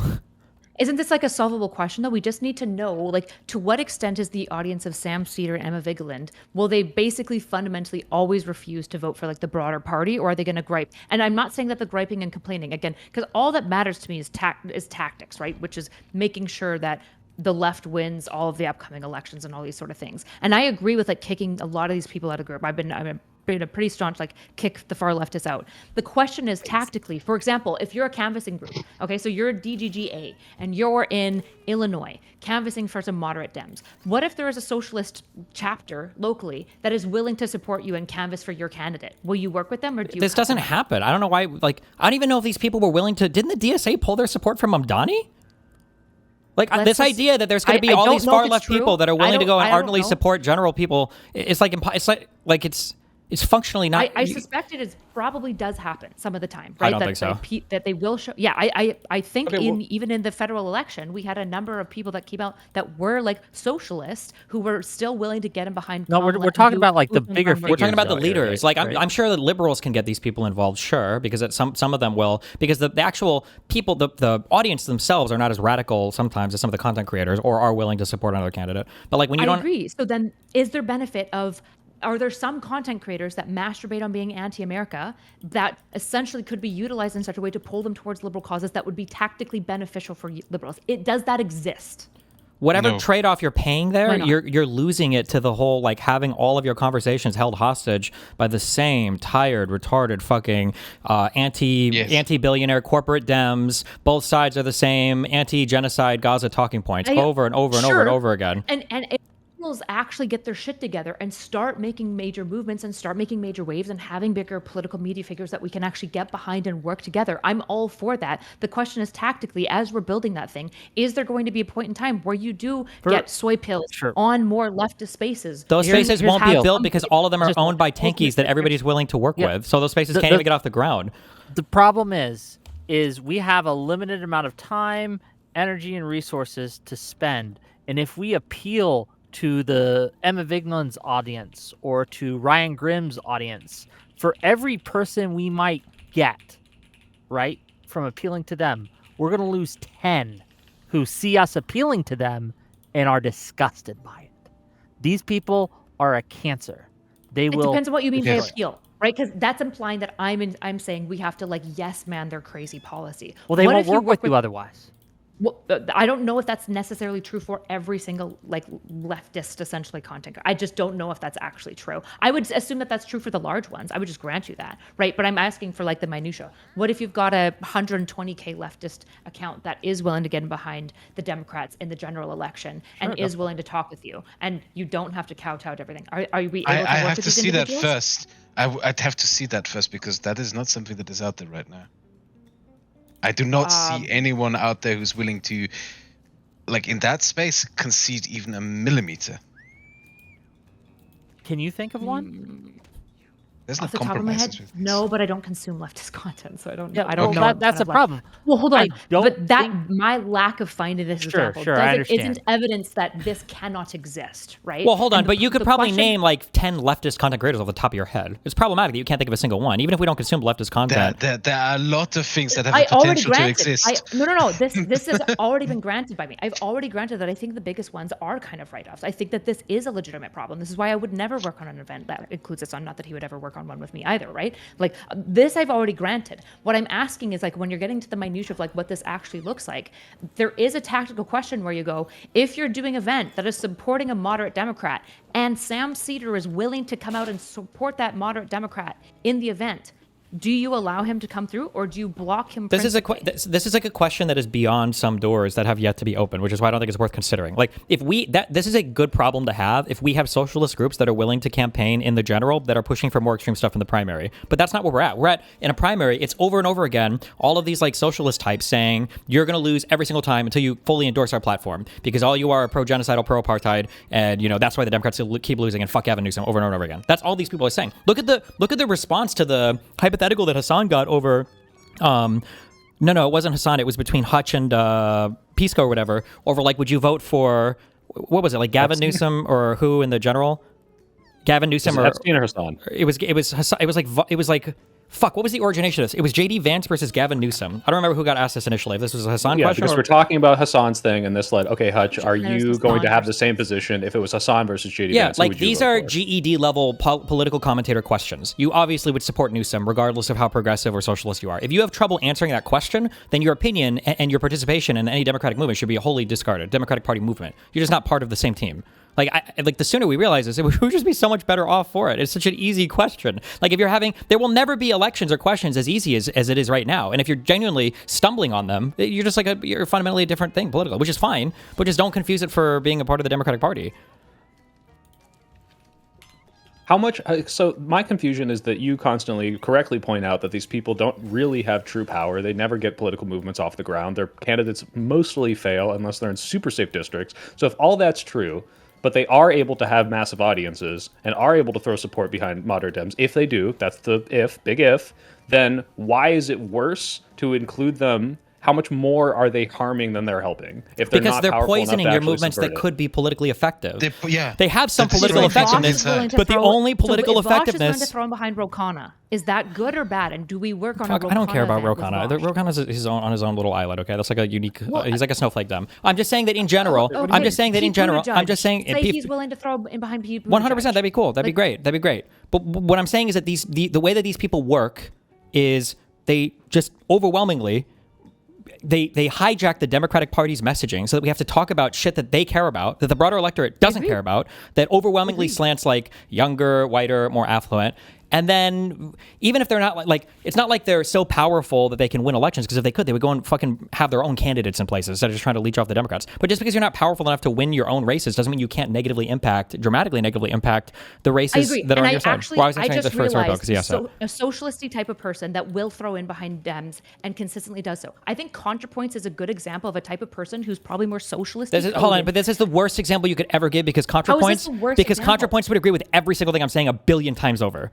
ContraPoints' entire online existence has been holy fuck, leftists are fucking terrible, excise them from your movements. That's been our whole journey. Is your line just agreeing that leftists are evil? Because that's fine. I agree with that, okay? I have no problem with that. No, my line for the 50 millionth time is people that aren't going to ardently support your candidate in the general should never be included. Okay, but ContraPoints is an example of somebody who is you asked for a type of socialist content creator who would throw in behind the general. I'm saying ContraPoints is that type of person. So will we work with ContraPoints? We would work with ContraPoints, yes. Obviously fucking yes. Of course. Because she passes my simple test of will they support their candidate in the general? Yes. Okay, FD Signifier. He threw in hard behind Kamala. Do we work with FD Signifiers to fight the fact that he's actually, I think, an ML, if not further? I think he might be further than an ML. I would have to see if he actually threw in hardcore behind the Kamala. Sure. I don't even know what that is. A large content creator on the left, BreadTuber. Okay. And I agree that there are very few ContraPoints, right? FD Signifier might not count. But what I am saying is that it's really important that our tent captures the ContraPoints and doesn't chase them out. That's it's super really, easy really to do. Yeah, but ContraPoints is an incredibly rare cupcake snowflake. Like, if you watch her Twitter and shit, it seems like most of the time she's just getting shit on or hated by other leftists. Sure, but when you asked me for an example of this type of creator, it took me a bit, but that would be one example of this type of person. I think you don't even have to go that left, Kyla, because like Destiny you brought up earlier, right? Like, okay, someone who thinks that Kamala's position on Israel is abhorrent is incongruent with someone who says we need to vote for Kamala over everything and throw all of our support. That's not what I said. Like, when you fail to understand what I'm saying over and over and over again, I'm not sure. Okay, well, I failed. failed. Please tell me. I'm sorry. If you're constantly, like, if you're screaming that a person is pro-genocide, pro-apartheid over and over and over again, you've removed that person from the conversation of being able to actually support this person in the general election. Most people just won't be on board with that. It's just not possible. You have to recognize that there's your audience is never going to be able to turn their nose and be like, oh, fine, I guess I'll vote for the pro-genocide, pro-apartheid candidate. I'm aware that kind of rhetoric can absolutely turn a good chunk of your audience away. My question is how you think this is completely incongruent from that person saying, hey, like, if you think your entire audience is willing to accept everything you're saying about them, as nasty as you're being, but then completely ignoring you, and you say, look, I think this is abhorrent, however, obviously this is the materially right, correct, moral thing to do, and you all need to go do it, and they're dick-sucking Kamala during the general, like, how are these things opposed? Like, these are things that I know the majority report did. Obviously Hassan and I don't know, Vash, like, those people won't, absolutely not. They've already signaled that they won't, they definitely didn't last time. But, like, there's people like me who can say, yeah, I think this is abhorrent, I didn't shit on Kamala nearly so much as some of these other people did. I didn't even have a platform at the time. But the idea that this is like, oh, and therefore, like, going out and throwing your material weight and telling your whole audience and mobilizing them to go door knock and canvas, like, that's not enough. Like, I don't want those people to be excised from the movement. They're clearly going to full throat support the people that I need to get elected when it comes to shove. Yeah, the line definitely can't be full-throatedly anti-leftist, because I think a lot of like performative leftists that are soft leftists would be turned away from something like that we could otherwise like absolutely work with. Tilly is I know that Tilly's not American. Yeah. So like that's why I'm saying, like, what are the rules of thumb? This is why I typically say, like, I don't know, the policy that I feel like you can kind of somewhat test people on is, do you want to get rid of private property? If you have another one that you would like to use instead as a rule of thumb, that's fine. But I don't think it can be you are vocally, aggressively anti-leftist. I don't think that that's the line necessarily, right? Because then we're excluding Tillies. We're excluding potentially slay the GOPs. Instagram has a lot more of these types of content creators that are going to be leftist coded because they're not that deep in their political philosophy and they're born in LA, but they're actually liberals that just don't really know it yet, essentially. And if you say I'm anti-leftist, you're going to lose them because they're going to be afraid of losing their audience. Just real quick. Just real quick. Dev, you sent me this. Yep. Am I reading this wrong? Here, I'll show it on screen. Give me a second. And you sent me something too, Soypill. If you want me to still show that, we can. But here's FP Signifier, and he's basically saying he didn't campaign for Kamala. Oh. Yeah, this is an exchange from a month ago where he's getting blasted by a far lefty for supporting the Dems, and he's like, "No, I didn't do that actually. Don't period test me out." Please point me to the video where I campaigned for Kamala Harris. Oh, and that guy! Low-key throw yeah, slide. he's also one of the people who promoted Bad and Banana back in the day. Yeah, I can't wait to see this. The weird Drake obsession sounds like a you thing, and being mad about switching thumbnails is so petty. It makes me mad that I responded to this. Okay. Crying face. Then not FD Signifier, that's fine, right? But then we've got Tillies, we've got ContraPoints, right? I especially suspect on Instagram, you're going to find a lot more of these kind of like, even like people like Naimas, for example. If we say we're anti-leftist, Naima would never join. But when you talk to Naima, she's pretty much a lib. Like, she's definitely not. I mean, a like, I think this is like these types of obsessive conversations. I think are the reason why, even as Republicans plummet, Democrats are like always just like fucked when it comes to popularity or approval. Because on the Democratic side, we're just constantly asking these questions of like, can we please bend and kowtow as much as possible to these people who fucking hate us and trash us constantly and shit on all of our candidates and call us pro-genocide, like all these horrible things over and over again. What can we do to appeal to these people? That's like what the Democratic Party is just always bending itself backwards over to do. And I think there's a reason why. Because we constantly eat our own. Yes, it's because we. No. We don't. They yes, do. No, they do. The people on the far left do, and you want to keep including them. They're the ones that are eating our own constantly. Yes. You're inviting Hannibal Lecter to the dinner table and, like, wondering why everyone's getting eaten. I agree. I have been swatted and doxxed and attacked by these far leftists just as much as probably more than almost anyone but Destiny. Probably more than literally everyone but Destiny on this panel. So you're preaching to the fucking choir when you're talking about like the problem with these type of people. The thing that I am pointing out is what is tactically effective here. That's all I'm talking out. And I don't think just spite-driven lines is effective. They're not spite-driven. It's a matter of. It's not spite-driven. I'm just saying it's not spite-driven. It's that you need to have strong, like liberal things that people that people are advocating for, and that once you create those, you don't agree. Stop saying yes, of course I fucking agree. Okay, yes and the yes and show. Yes, supporting you and supporting. That's not what we're talking about. It's not just about you. I don't know. That has nothing to do with anything. That is the most irrelevant thing in this conversation right now. What I'm saying is that if I want a leftist candidate, I can find leftist influencers that are big, bad, awesome leftists. They're shitting on all the Democrats. They're shitting on all the Republicans, and it feels good. You say all these people are on Instagram and TikTok. Of course they are, because they're allowed to be there, and they're allowed to talk about how horrible the genocide is and everything else. But as liberals, you can't create those people to those spaces. You constantly have to run further left and appeal to those people. And it becomes a self-perpetuating problem. I am trying to just real quick, I am trying to parse out. Hold on. No. I'm making sure my position's clear so that it doesn't get like turned into something else. I am trying to parse out what will work most effectively. That is all I am trying to figure out here. I'm not actually strictly advocating for any direction right now. I'm actually poking holes and questions into positions that are stronger so that I can decide for myself. Because I think, for example, one of the big issues that you're pointing to with the leftists is that they're eating our own. They're eating the liberals. They are constantly attacking it. And I think one of the big issues that liberals have is we don't support each other very much. I suspect right now that your audience right now is fucking shitting all over Niels and shitting all over me super nastily, despite the fact that we are literally aligned, right? And so this type of behavior, I think, is a leftist problem and is a liberal problem, and it's always going to create issues. This isn't over liberal things. It's over supporting the cannibalistic leftists. Build things up. I don't think like you're asking the right question, and I don't disagree with your question, Erudite, is what is most tactically efficient? What should we be doing in order to win? The argument that I am making, and I think Destiny is making, is that by inviting these leftists in, even you might gain a few of their followers, even some of them might work with you, and you might be able to have some of them vote for you. There's going to be negative externalities or negative things will happen because you do that. Yeah, wait, you already said this. More if than you help give me evidence, let me fucking finish. Okay, they are going to drive away other voters. That's more moderate voters, more center-leaning voters are going to see you appealing to these or working with these people, and they're going to leave. They're not going to want to work with you anymore because they know how they operate. There's going to be a lot of these people in their audiences that are going to come in that don't have the same morals as their streamer person that they're following, that are absolutely going to behave like the evil Hannibal Lecter leftists that we're talking about, and just destroy any kind of sense of unity within whatever organization you're trying to make. I do The actually argument is, Wait, hold on, my just real quick, Kraut, and then we'll let Kraut Do we go. work with Tilly's? Do we work with Tilly's? No, I don't even know if she's a Go ahead. leftist, but she's British. This is a British person. They I do- often.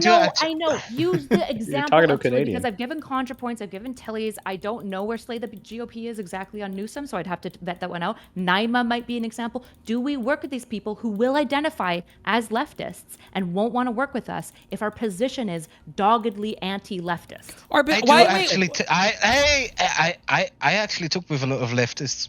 I associate with some of them, and one thing that they all have in common, those at least that I associate with, is they all got chewed out and purity tested by Hassan, Pike and co. So I think a great place to tactically start, if you're going to build bridges into the far left or into leftist corners or whatever the fuck you want to call them, good place to start is to go for those, to engage with those who got purity tested and chewed out by that monstrous And I would always say abomination the way to that is tell building up over there. the way to tell if you would work with A lot somebody of them just went right. the way to tell is unfortunately. do they support the candidate? That's That's it. It the has nothing MAGA to do with. tactic. That is the MAGA tactic that has worked so perfectly since 2015. It's you like that's what people like the one that I knew agree with you, best, Kraut. Sagan So, and Co. What yeah, they did, yeah. they always Be go a after soft the people landing who were spot. chewed out by their own. So Yeah. we go after the people who we built the bridges to the people who got chewed out by people like Hassan and Co. I agree, That's but what the I issue is a was- lot of those people now have unfortunately like landed on the right in such a way that I think a lot. Yeah, of because we people didn't would catch definitely them. be willing- We didn't I catch agree. them. We I didn't- agree with you. yeah. I totally agree with you. Right. I And totally it doesn't agree mean with you. that it like saying, oh yes, but this example and this example, therefore let's not do this anymore. That's not exactly something that works. Yeah. So what I would point out here, and all I would say here, is that if the line of thumb of who you do and don't work for is their vocality of being anti-leftist, I think it's not sophisticated. I'm just trying to parse out what's tactically effective, because I think you lose people like Naima's, like Enemy Charlie, who is a Why do we leftist keep and hold will on? Why do we keep absolutely repeating hurt- this point? I'm saying that you just don't support people that aren't like valiantly support the candidates in the general. That's it. It's not about being a leftist or a socialist, But whatever. these That's people it. might not. Then you don't have them on your team. Then they're cancer. You don't work with them. Then Naima's cancer. I don't know anything about them, but they're What cancer. if they're critical of Gavin? Well, the issue is which candidate do they have to support right now, ardently? What if they say, One that's running. of course, what if they say something like, I of course will support Gavin Newsom. Say he wins, okay? It's Gavin Newsom for president, all right? That would be my dream, okay? If they say, I'll of course vote for Gavin Newsom over JD Vance, but they go, but I would have had different preferences in the primaries. Is that okay, or are they out too? What do you think? I would include them. No. What do you Of think my course. answer to that Justice question already is? said, of course you Yeah, would wait, that's include such a those people, yeah. ridiculous Include question. them. If their position was, I would have supported somebody different, but I'll support them in the general. Obviously, this is a person to be included. This is not 99% of the people that we're talking about, though. Okay, but what if you have people right now that are further like this that do become like this? Like, what if instead of Gavin Newsom winning, Pete Buttigieg wins, and so suddenly Sam Cedar is willing to throw in behind Pete Buttigieg? Okay, I'm to not be saying clear, he Sam will would also throw necessarily. behind Gavin. I'm pretty sure. Sure. Regardless, do we work with them now, or do we not because they've been so caustic? No, Because we can they wait and have work with them been in the general. caustic? If they want to support us in the general, we work with them in the general. But we're fundamentally misaligned in the primary, so support other content creators. Support your libs. Okay. Hold on, let me ask What you if this, they're Justin, willing to just vote real for quick. Gavin Newsom, but also Just- vehemently critical of his connections to AIPAC? So they say, I would vote for him because he's better than fucking JD Vance. But he's still a genocidal it's maniac. more tongue-in-cheek. But he's still a genociding AIPACer. But of course I'm going to vote for him over a fascist. What if that's their position? Nah, Do we work can with find. those I think we folks? can do better. I think we can do better than that. Yeah, there are other lines. Like, even if they're willing to give lip service to our general candidate, if the whole time they're saying, all these candidates are corporate shills who do not have your best interest at heart, that will just sell you out, that they're the Epstein class, they're the fucking, they're APAC shills, all these things. No. no, we don't want you. We don't want to work with you. We want people who support us. So that's where we probably disagree. It seems to me less tactically sound, because if they're willing to like work together but still be super critical of Gavin Newsom, I'm broadly still going to just be willing to work with them, right? The people that I'm not going to be. It's not just being critical; it's how they're. I don't know why we're playing. The word games here are really funny tonight. I don't know if this is intentional or not. Like, I don't understand. You and Storypill keep doing this. If they're going to be critical, who the fuck is talking about being critical? We're talking about calling somebody a genocidal supporting Zionist freak. That's not being critical. It's being unhinged. This is like a different kind of like. There is not a single person in here, and if there is, then fuck them. Whoever is saying this, I don't think anybody here is saying this. Who's saying we can't accept people who are critical in the primaries of our candidates? I don't think a single person in here is saying that, or has ever said that, or will ever have that position. It's whether you're being unhinged about a person. I mean, sure. When I say critical, I mean the level of nuance and sophistication that I expect from the majority of these, like, I'm a leftist because I don't know much more and I live in LA type creators. That's about what I expect. And I do expect them from Sam Cedar, from Emma Vigeland, from Brianna Joy Gray, I'm not talking about Sam Cedar anymore. I'm talking about people like that I have with your hypotheticals and these types of creators, right? They're going to be less informed. They are leftist, but they're leftist because they're in LA to some degree. And the problem with your hypothetical, though, is that it doesn't really correlate with reality. That's not what happened in the last election. It's not what happened. Well, we didn't have these far left people come around and like go, oh, yes, Kamala is in the thing that you described, where they're begrudgingly supportive of her. That's not what they did. I agree because genocide, do not vote, third party, blah, blah, blah. I agree with you entirely, because I think that there was literally almost no media community social structure for liberals. Do you think it would have changed had liberals been like, but we really, really want you, please? That's not what I'm advocating. Yeah, no one's advocating for capitulating these people. I'm not saying lick the boots of people who want to destroy America and hate Democrats and want to destroy it. I'm not saying that, obviously. No, I'm not saying you're saying that. Well, that would be the conclusion of that, right? No, I don't think so. Please, Hassan, will you let us on? It's like, that's pathetic behavior. What I want mostly for liberals to do is support other liberals and rally around each other. The main thing that I want to make it clear is that we are a soft landing place for people who like call themselves leftists, who do use things like genocide. What do you mean with support other liberals? What? What do you mean with, like, this is like the third or fourth time, so I'm curious to ask, what do you mean with liberals don't support liberals? What do you mean with that? For example, engaging with one another positively in content, trying our best not to endlessly critique one another as we are doing right now. That's not what we're doing right now, to be clear. I don't know why we keep saying that. We're not doing that right now. I don't know why we keep saying these random memey things, but... These aren't memey things at all. We're not critiquing each other or liberalism right now. The question is whether or not to accept people into the movement that say they want to destroy the movement. This is not a critiquing of liberal policies or liberals critiquing liberals. We are not this but again, I'm saying, what the fuck does that mean? When people who don't ardently support the candidate in the general because they didn't get their way in the primary.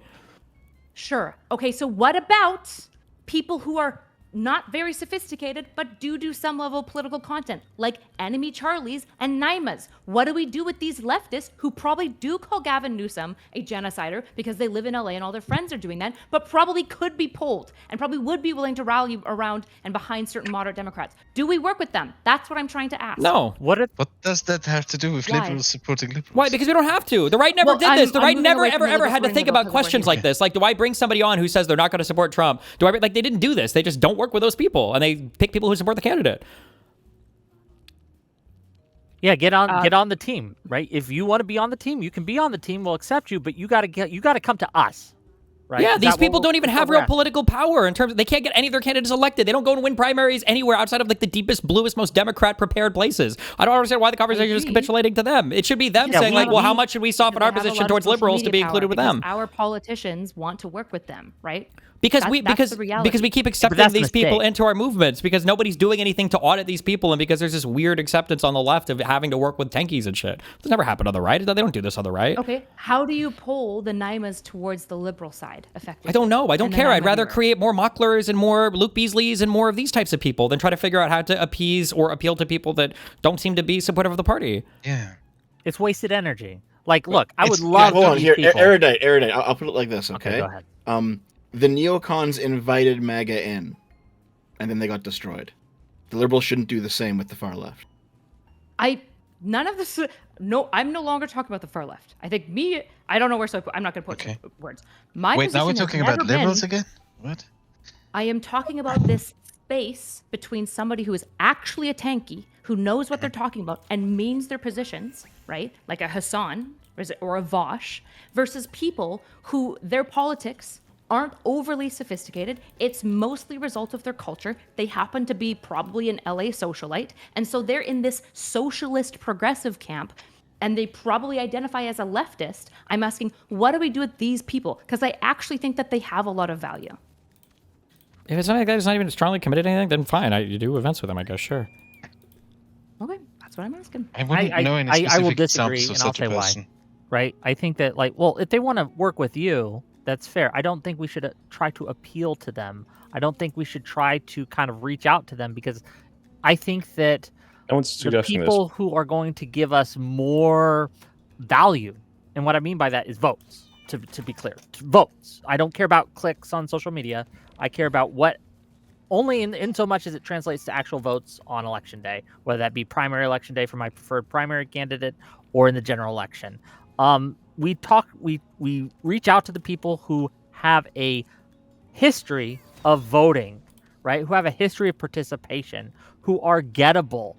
And we do that by sticking to our liberal values. One of the problems that we have, and one of the reasons we look weak, is because we're constantly trying to appeal to these people who aren't going to give us anything. Where's this constant appeal I'm seeing? If anything, it seems like the opposite is happening, which I'm not saying is a bad thing, by the way, but like I'm not suggesting we appeal to these people. It doesn't seem like a lot of people are. The only thing I'm seeing is that people want to go on platforms that are big, that happen to be run by leftists, but they're not appealing to those leftist-like policies. They're not trying to shift their Wait. They are appealing to them because those leftists are controlling the conversations. That's why we just had a PV thing where 90% of the conversation was about Israel-Palestine.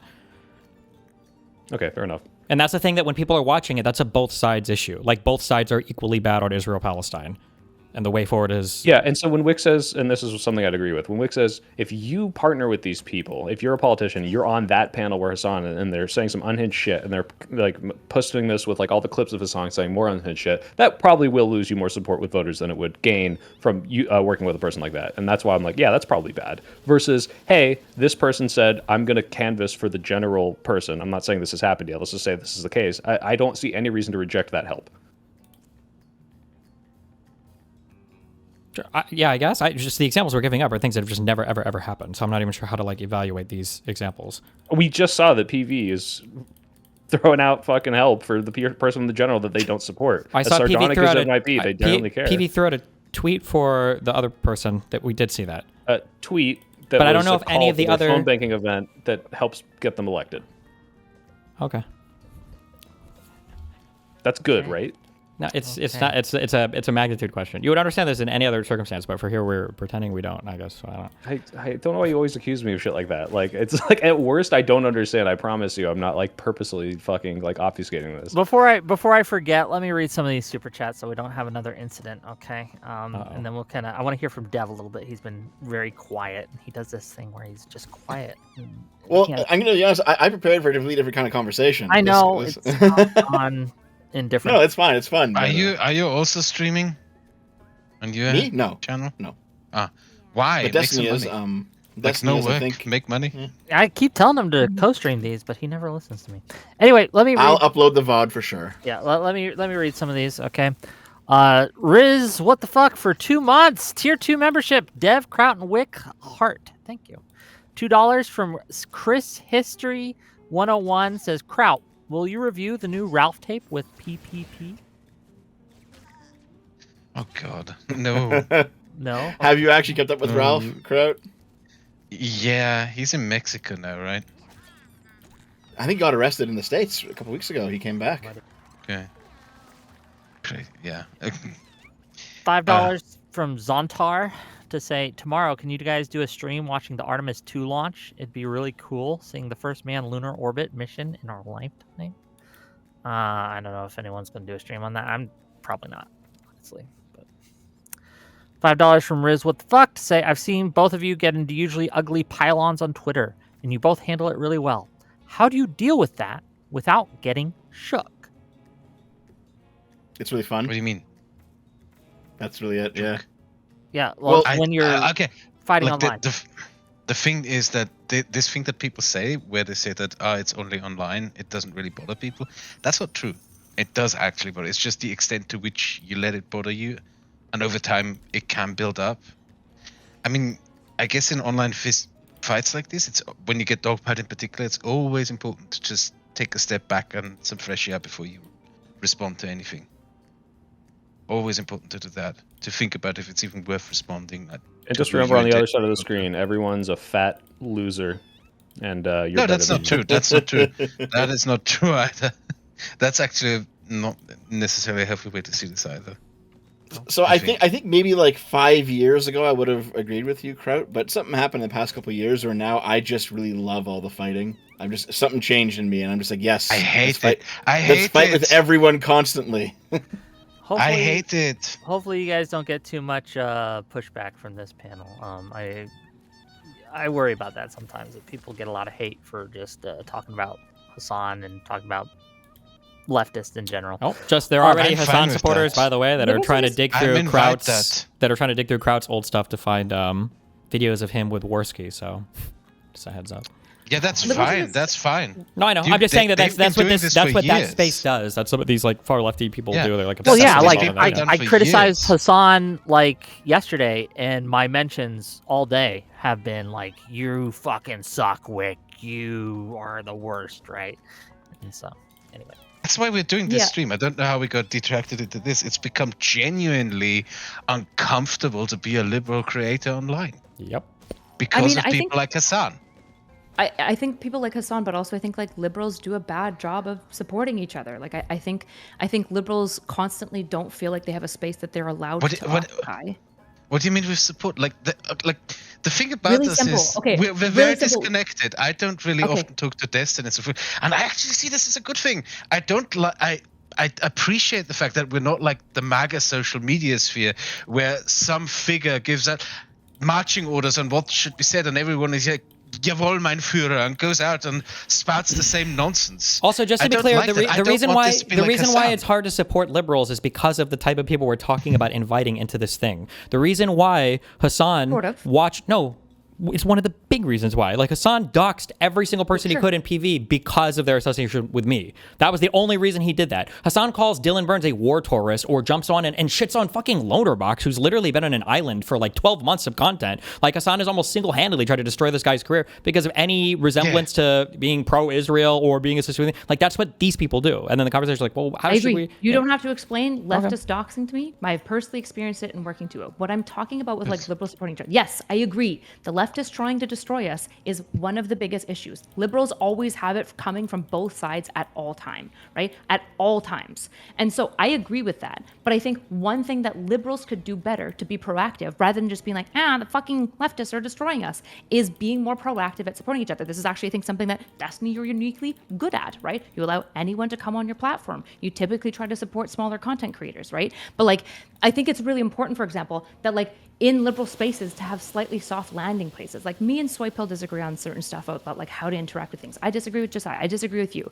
But we should like broadly try to do our best to like have criticisms for each other, but also have a decently soft landing place for one another and give a lot of grace to one another in a way that I see progressives will do with one another. You mean that we have a corner where we chuck each other off? Well, no, hold on. Also, wait, real quick. This is not, what you're talking about has nothing to do with soft landing places. You're talking about inviting people, like soft landing spaces are where you have areas to de-radicalize people who have more or less disavowed like the political ideology that they're coming from, or like are on the verge of doing it. You're talking about accepting people who see themselves as utilizing you to energize and supercharge their political ideology. This is inviting people like misunderstanding what I'm talking about right now. I understand why you're saying that. I'm not talking about right now, just what's going on. I'm not talking about like the socialists at all. I'm excluding them. I'm only talking about people actually who identify in the liberal camp or are in the liberal camp. And when I say a soft landing place for liberals, I'm not talking about converts, but I understand why you were confused. I'm actually talking about other liberals. Like, for example, I typically try to go out of my way all the time to give other liberal content creators as many opportunities as I possibly can to like get into other spaces. And when progressives on Instagram started thinking I was a progressive,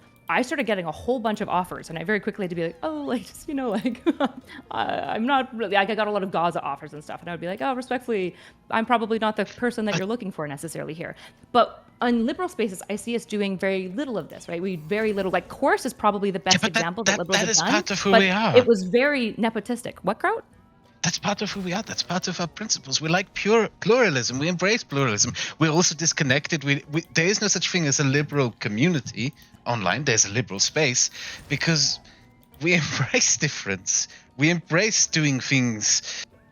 We embrace the disagreements. But this is why we should be able to unify better. Like, you should be going and engaging with Short Fat Otaku and just like promoting and retweeting and promoting some maybe of his coming on content a panel together to talk about our issues with leftists in the space and others. Maybe something like that. But also, like, if you get hit with an opportunity from a candidate that you actually think another liberal content creator would be a better fit for or should be pulled along, see if the candidate will work with this other liberal content creator too, right? When you see, for example, when I see any liberal content creators' content, I try to like and retweet and like create a little bit more engagement for their content so that we can like win the culture war, right? So like maybe this is an inherent nature to like what liberals tend to be like, but at the same time, we should try to countermand it so that people want to stay in this space and we're supporting one another and we like build something because we're getting it from all sides all the time. I think people do want to stay in this space, but the thing is also, how do I put it? It's not other liberals that are driving them out. I'll say that. Do you mean in people staying in this space, do you mean the audience or do you mean other creators? Other creators, I think. Other creators. I think so. If I'm understanding your question. Yeah, like I said, I don't think, to piggyback off Kraut, maybe Kraut has a different answer. It's not liberals who are primarily driving others out of these space. Again, the reasons why it's sometimes hard to get people. If I have a show with Destiny, I have to make sure everyone knows that Destiny's going to be there because there's certain people who won't go on because they know that if they go on with Destiny, that they're gonna catch hell. That's the thing that I've had experience for the last 8 years of my life. Basically, every creator I publicly associated with instantly gets barraged with, this guy used to be an anti-SJW YouTuber. You should not. Yeah, you should not. It's that's true. Now that you're pointing this out, I agree, and I think that's we're like the biggest issue.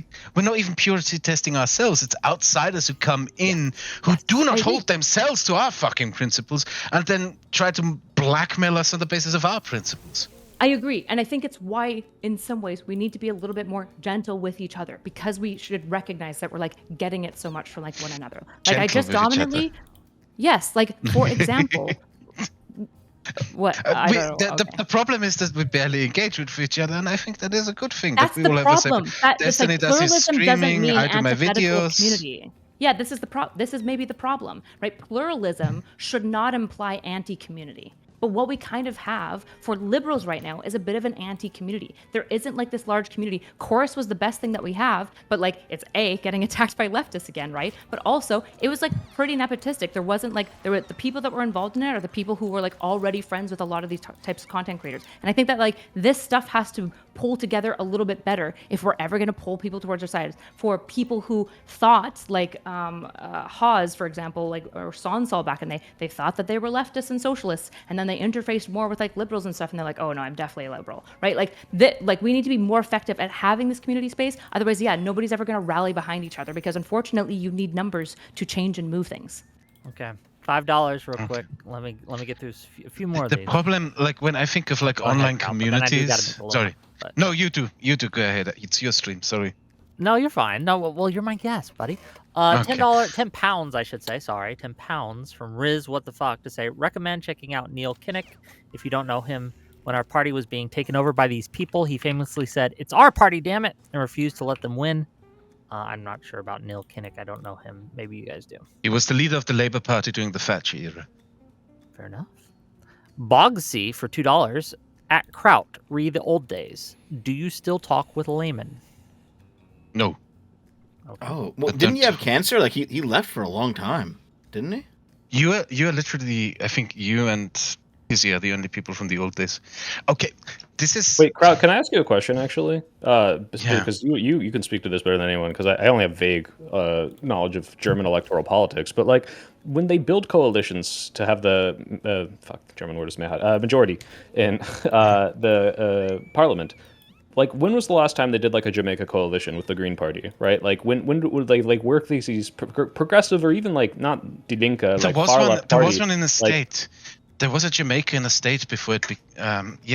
There was a Jamaica coalition in the state. And I like think some of these people's policies are principally anti-liberal, or at least fucking stupid to the degree of like, hey, let's dismantle every nuclear power plant, let's institute like more communism. Like, but the Greens are some of the most based liberals in Germany right now. Their entire foreign policy is basically burn Moscow to the ground.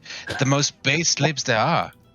Okay, I got the impression that the Green had a little bit of a more delusional lefty take, but again, I trust you more. Some of them. But they're really, like, ever since the Russians invaded Ukraine, they've become very based as a party. Okay. Fair enough. $10 from Dirty Deeds to say, if not soy, then why does it increase my testosterone? I don't know. Thank you for your $10. $2 from Patrick to say, subscribe to Kraut. I like the cut of his jib. Well, thanks for $2, and thank you for subbing to my guests. 5 gifted memberships from the same individual. Appreciated, sir. $10 from Das Vildanya. If Soyfil doesn't think Hassan isn't a big deal yet, fine. Best time to deal with him. It's better to deal with a problem early than let it grow too large. Do you want to respond? That person's mistaken. Obviously, I think Hassan's a big deal. He's one of the biggest voices. He's constantly shitting on the Democrats. I don't think that we shouldn't address like the insane things that he says to try to tear them down. So. $5 from Patrick to say, I'm voting for Mills in the primary, but I'm voting for Plattner if he's a nominee. Collins has been my senator since I was 3 years old. He gives $5. $5 from Alishness to say, doesn't Hassan just say anything for views? No matter how bad it gets, he can just up and leave to any country.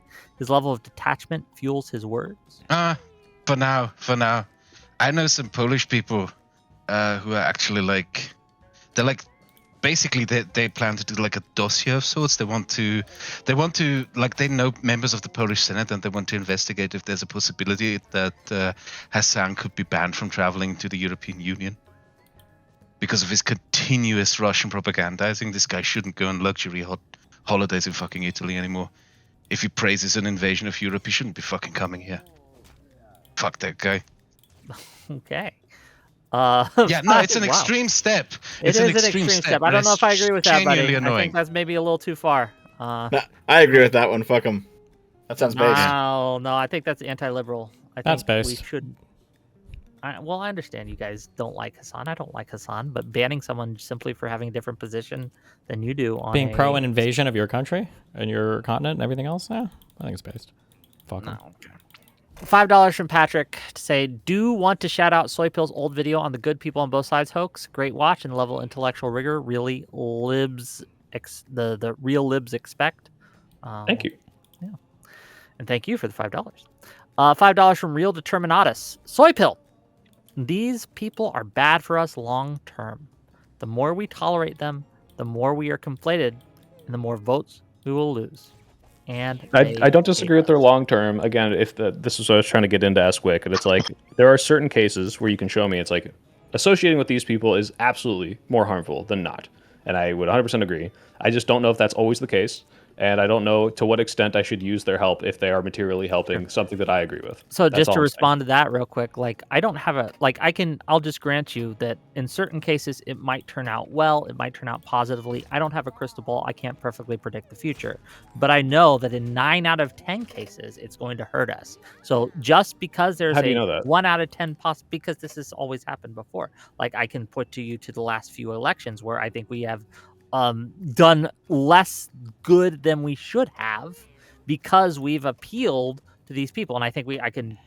But isn't part of the problem we didn't just appeal to them? We tried to pretend that we were like them, like we adopted their ideas. You got the cart before the horse there. They took on our labels, right? Like the label progressive, right?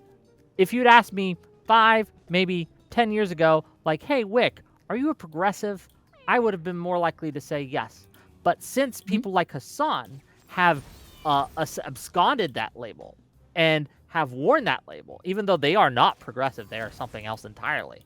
But they are seen as progressive. They say they're progressive. They act like they act like they are the progressive movement. I think that word has become like a cancer, right? Does that make sense?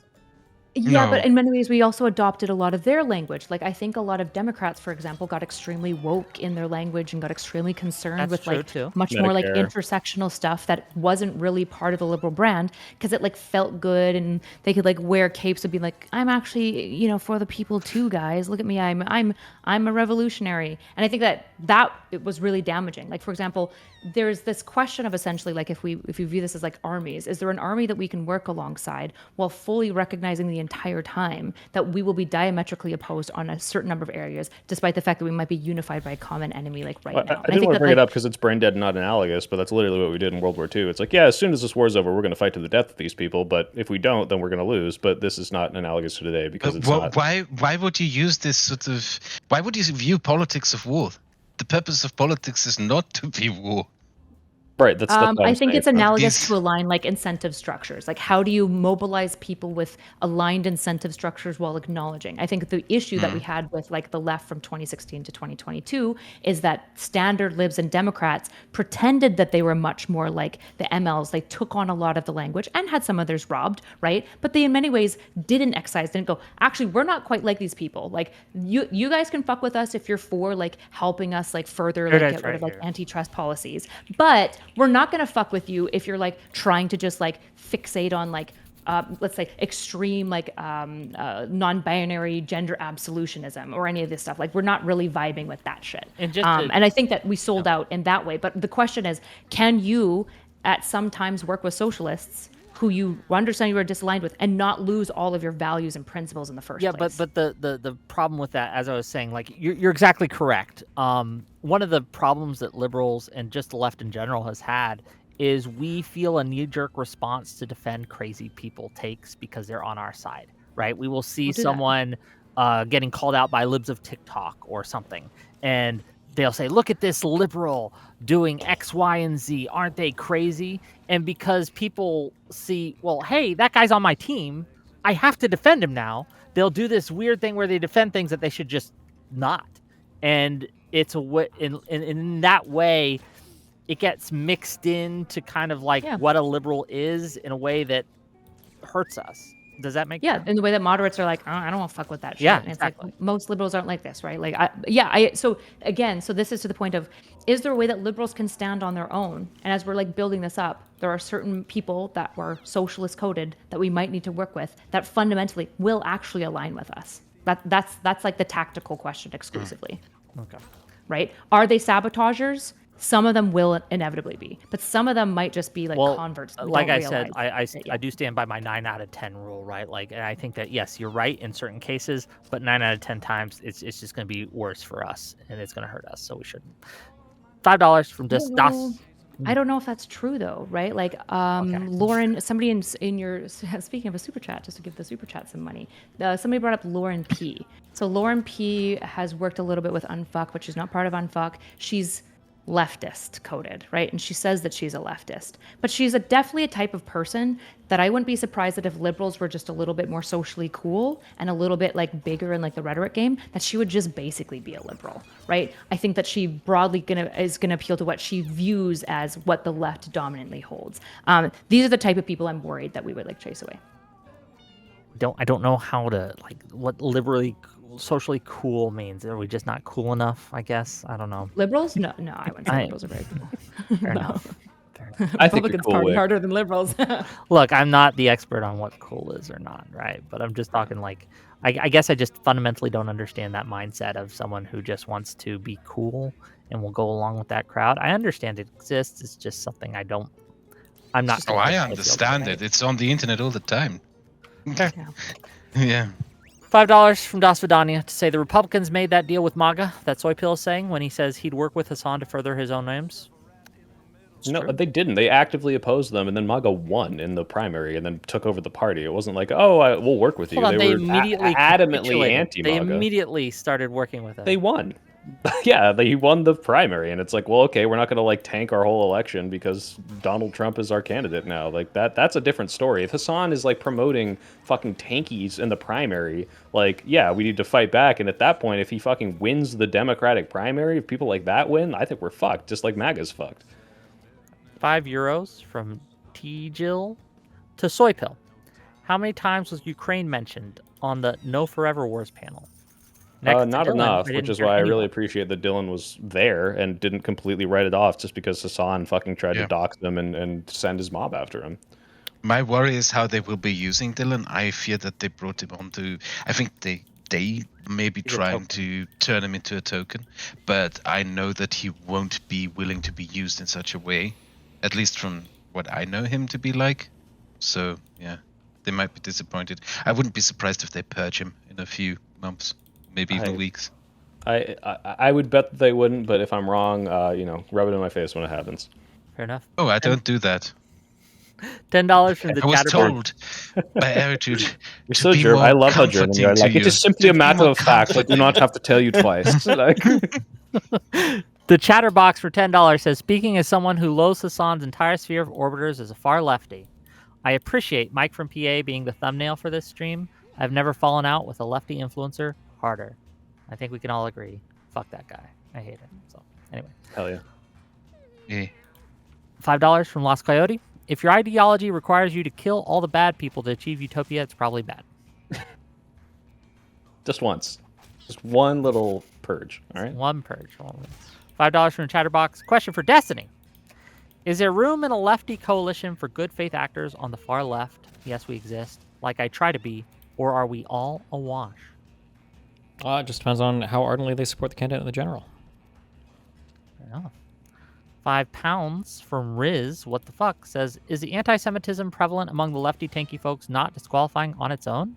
How could reasonable Democrats ever work with them?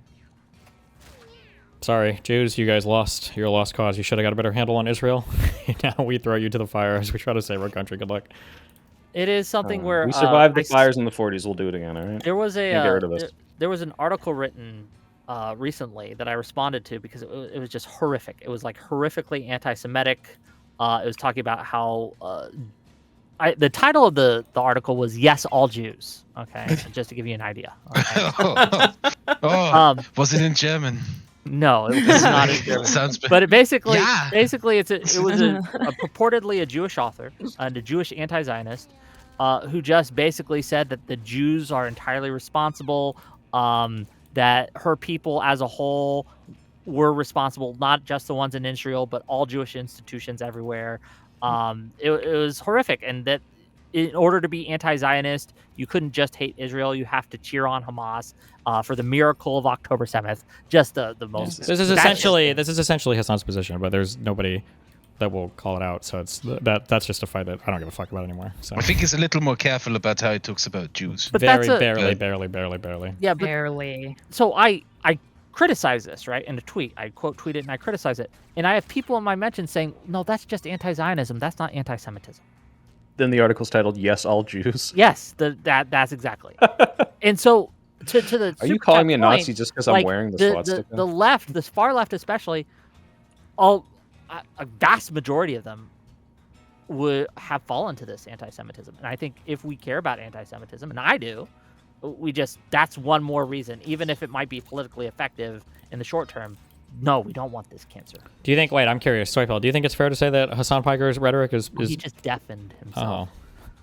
So wait till he undeafens, and then you can ask your question again. Okay. You should ask him Hassan versus Mitt Romney. I'm so curious what he would say. Spoiler alert, he's going to say, no, I think maybe Hassan is a little bit yikesy, but in general, I wouldn't necessarily say Hassan is anti-Semitic. I think he mainly focuses on anti-Israel stuff. He's going to say something along basically that. No one cheat and type in his chat the answer there. I want to see. Oh, he's not... Wait, Soyfel, I'm curious. Go ahead. Soyfel, go ahead. Would you say that? Yeah, what's up? Do you think Hassan Piker, is it fair to say that his rhetoric has crossed the threshold into like pretty big anti-Semitism?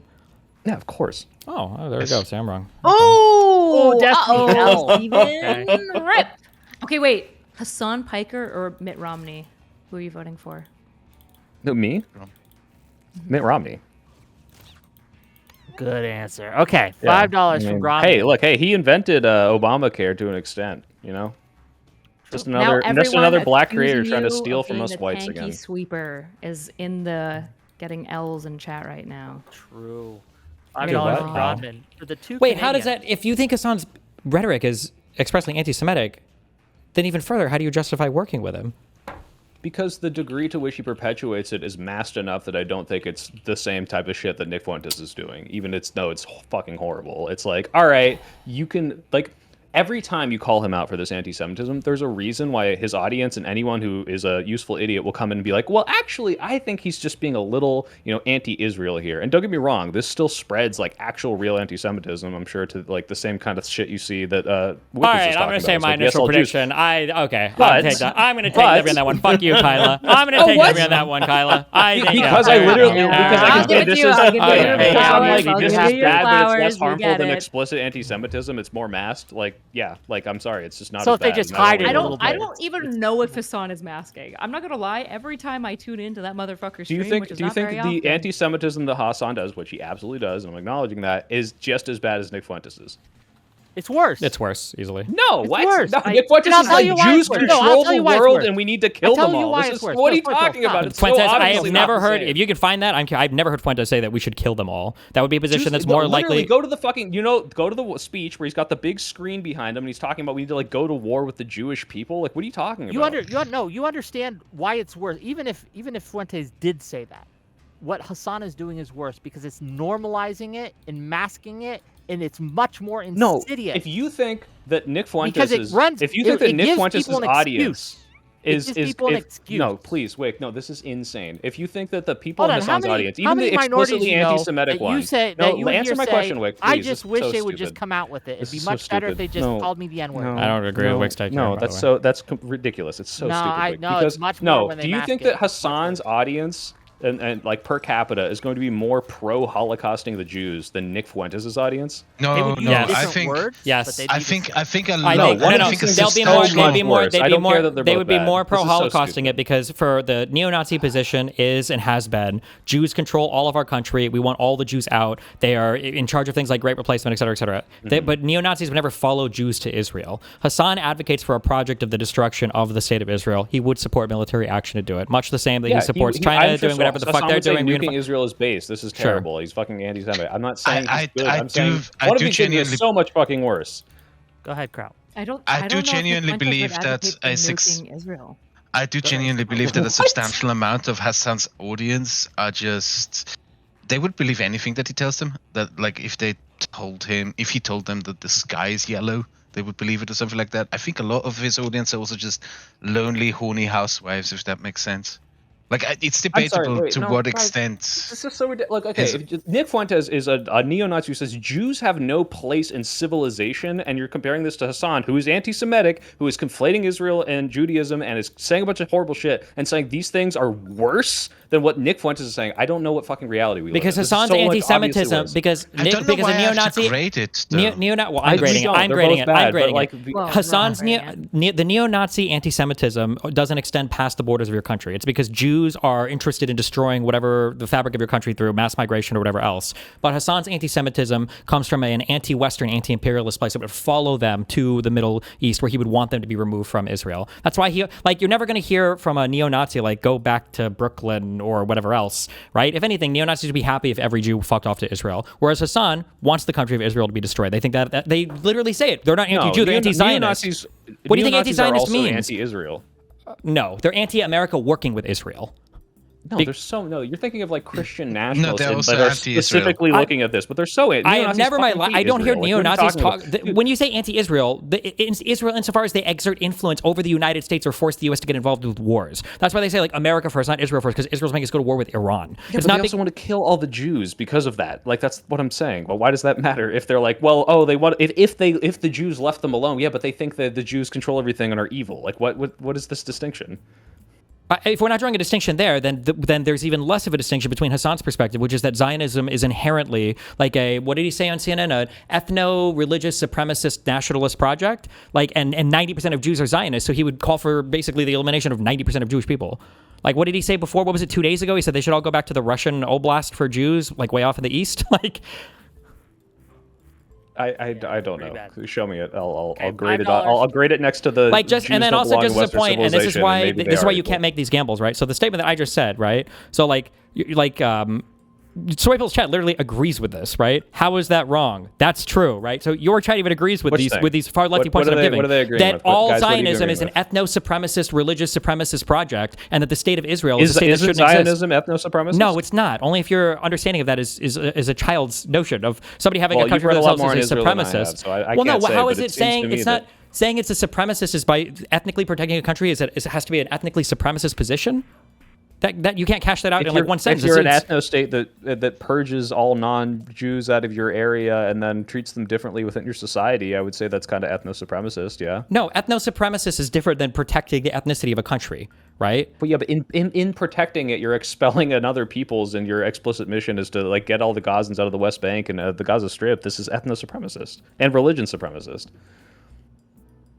If that's your perspective, then that's fine. They're just not the same thing. Well, tell me why it's not. I already did. I told you. It's not about one religion dominating another. It's about people feeling like they want to protect the ethnic group in their country. That's their Yeah, but this is like, oh yeah, they don't want to expel black people. They just want to protect the white population, right? Like you can phrase it that way, but like it seems to me that this is that doesn't make sense. You don't have to expel. White supremacists. I understand. And Zionists want to expel the Gazans and the Palestinians. But even so, you don't have to expel. You don't have to expel black people in the United States. There's no reason for that. They're not a threat to the white people, so it wouldn't make sense in that sense.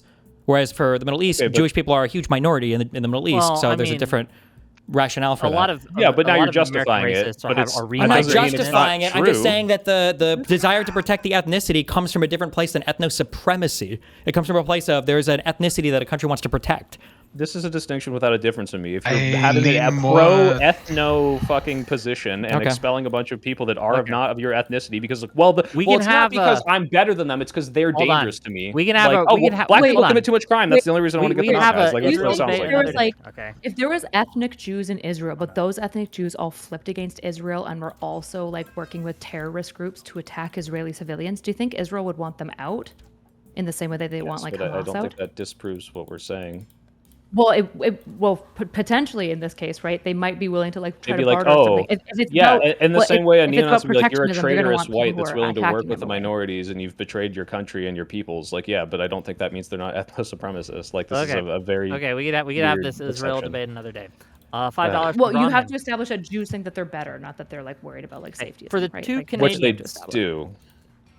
By definition, Judaism is not like it's not a proselytizing religion. They don't even try to convert people into their fucking shit or whatever. Like, it doesn't even make sense. What the fuck, dude? What do you think birthright is? That's what they're constantly trying to do this shit. No, birthright is literally exactly not that. Birthright is bringing people that have some kind of Jewish. They want them to come in and they try to make them more culturally Jewish and more religiously what do you Jewish. Think? What does the birth part in birthright stand for? It's born into the ethnicity of Judaism. Jewish by blood, but they want them to become more religious. That's like, dude, come on. No, they want them to join the country. They don't care about the religious. Yeah, not just join the country. No, it's join the country. Into the culture and the fucking religion. They do this all the time. This is a leftist talking point. It's this. You got a Hassan talking point. Look, this is an example of this. Judaism has nothing to do with the religion. It has nothing to do with the religion. People to go to synagogue in Israel and even here because they want them to become part of this Jewish cultural movement. This is just a thing. I'm not even saying this is a bad thing, you're mincing words again. You're saying cultural instead of religious. The point of birthright is to bring Jews back to Israel so that they can disrupt their demographic majority so that they can absorb more Arabs if they have to absorb the Gaza of the West Bank. I'm not disagreeing with this. But it's not about going to temple or synagogue. Birthright is about getting... But they do that. They promote this as well as part of birthright. They literally promote religious teachings. Okay. Hold on. You guys can debate this another day. $5 from Gronman for the two Canadians. So this is to Dev and to Erudite. Who do you think is more extreme, Hassan or Avi Lewis, the new head of the federal NDP, in terms of policy and how they act? I don't know anything about Avi Lewis. I know that he's fighting with the Alberta people, but I don't know anything about Avi Lewis, frankly. I can't answer this, sorry. Wow. I mean, I know a little bit about him. Well, because to be honest, the NDP is just fucking irrelevant. Hassan is probably more irrelevant than anything happening with the NDP in total. Yeah, he's probably a bigger existential threat to democracy than Avi. I would assume. I don't know who I don't know anything about Avi. €2 from Avi from Saxon to say Avi Lewis for the wind. Lex loves Wick ? I don't know if he does anymore, but $5 from Real Determinatus to say soy pill. It is unironically better for you to sit on that money or donate directly to candidates than give it to PV. Hell, invest it. Anything but PV. I'm not talking about like money. First of all, I do not have the money to like change elections. I'll donate like $20 to a candidate that I like. What I'm talking about is like, hey, a bunch of my audience is like, what do we do? What do we do? We're looking to you. And so when I see Destiny or Vosh do this shit where it's like, let's get all of you guys out here and try to flip this fucking seat that matters, is going to help us get the Senate majority. I want to do that. And apparently there are other orgs that are not PV that are doing that. So I'll hop on them if they're the ones who aren't working with Hassan. So okay. $20 from Odashara to say soy pill. Which group of creators in these political projects would do more advocacy for the Democrats in general? Progressive Victory or Digital Ground Game? There is your answer. Sounds like Digital Ground Game, yeah. Okay. $5 from Audacity. Say, all good points, but how does this ensure we give Israel another $578 bazillion? True. $10 from Odashara. Quote, who cares if they whine and moan, end quote. You should care. The type of rhetoric will create either unenthusiastic voters or moron third-party voters. There needs to be enthusiastic support for Democrats. I think we all agree there. $5 from Audacity says, I feel like I'm watching the dudes who don't shower accuse the dudes who don't wear deodorant of sneaking up the joint. And then $5 more from Audacity say, Hannibal wins though, Wick. Fair enough.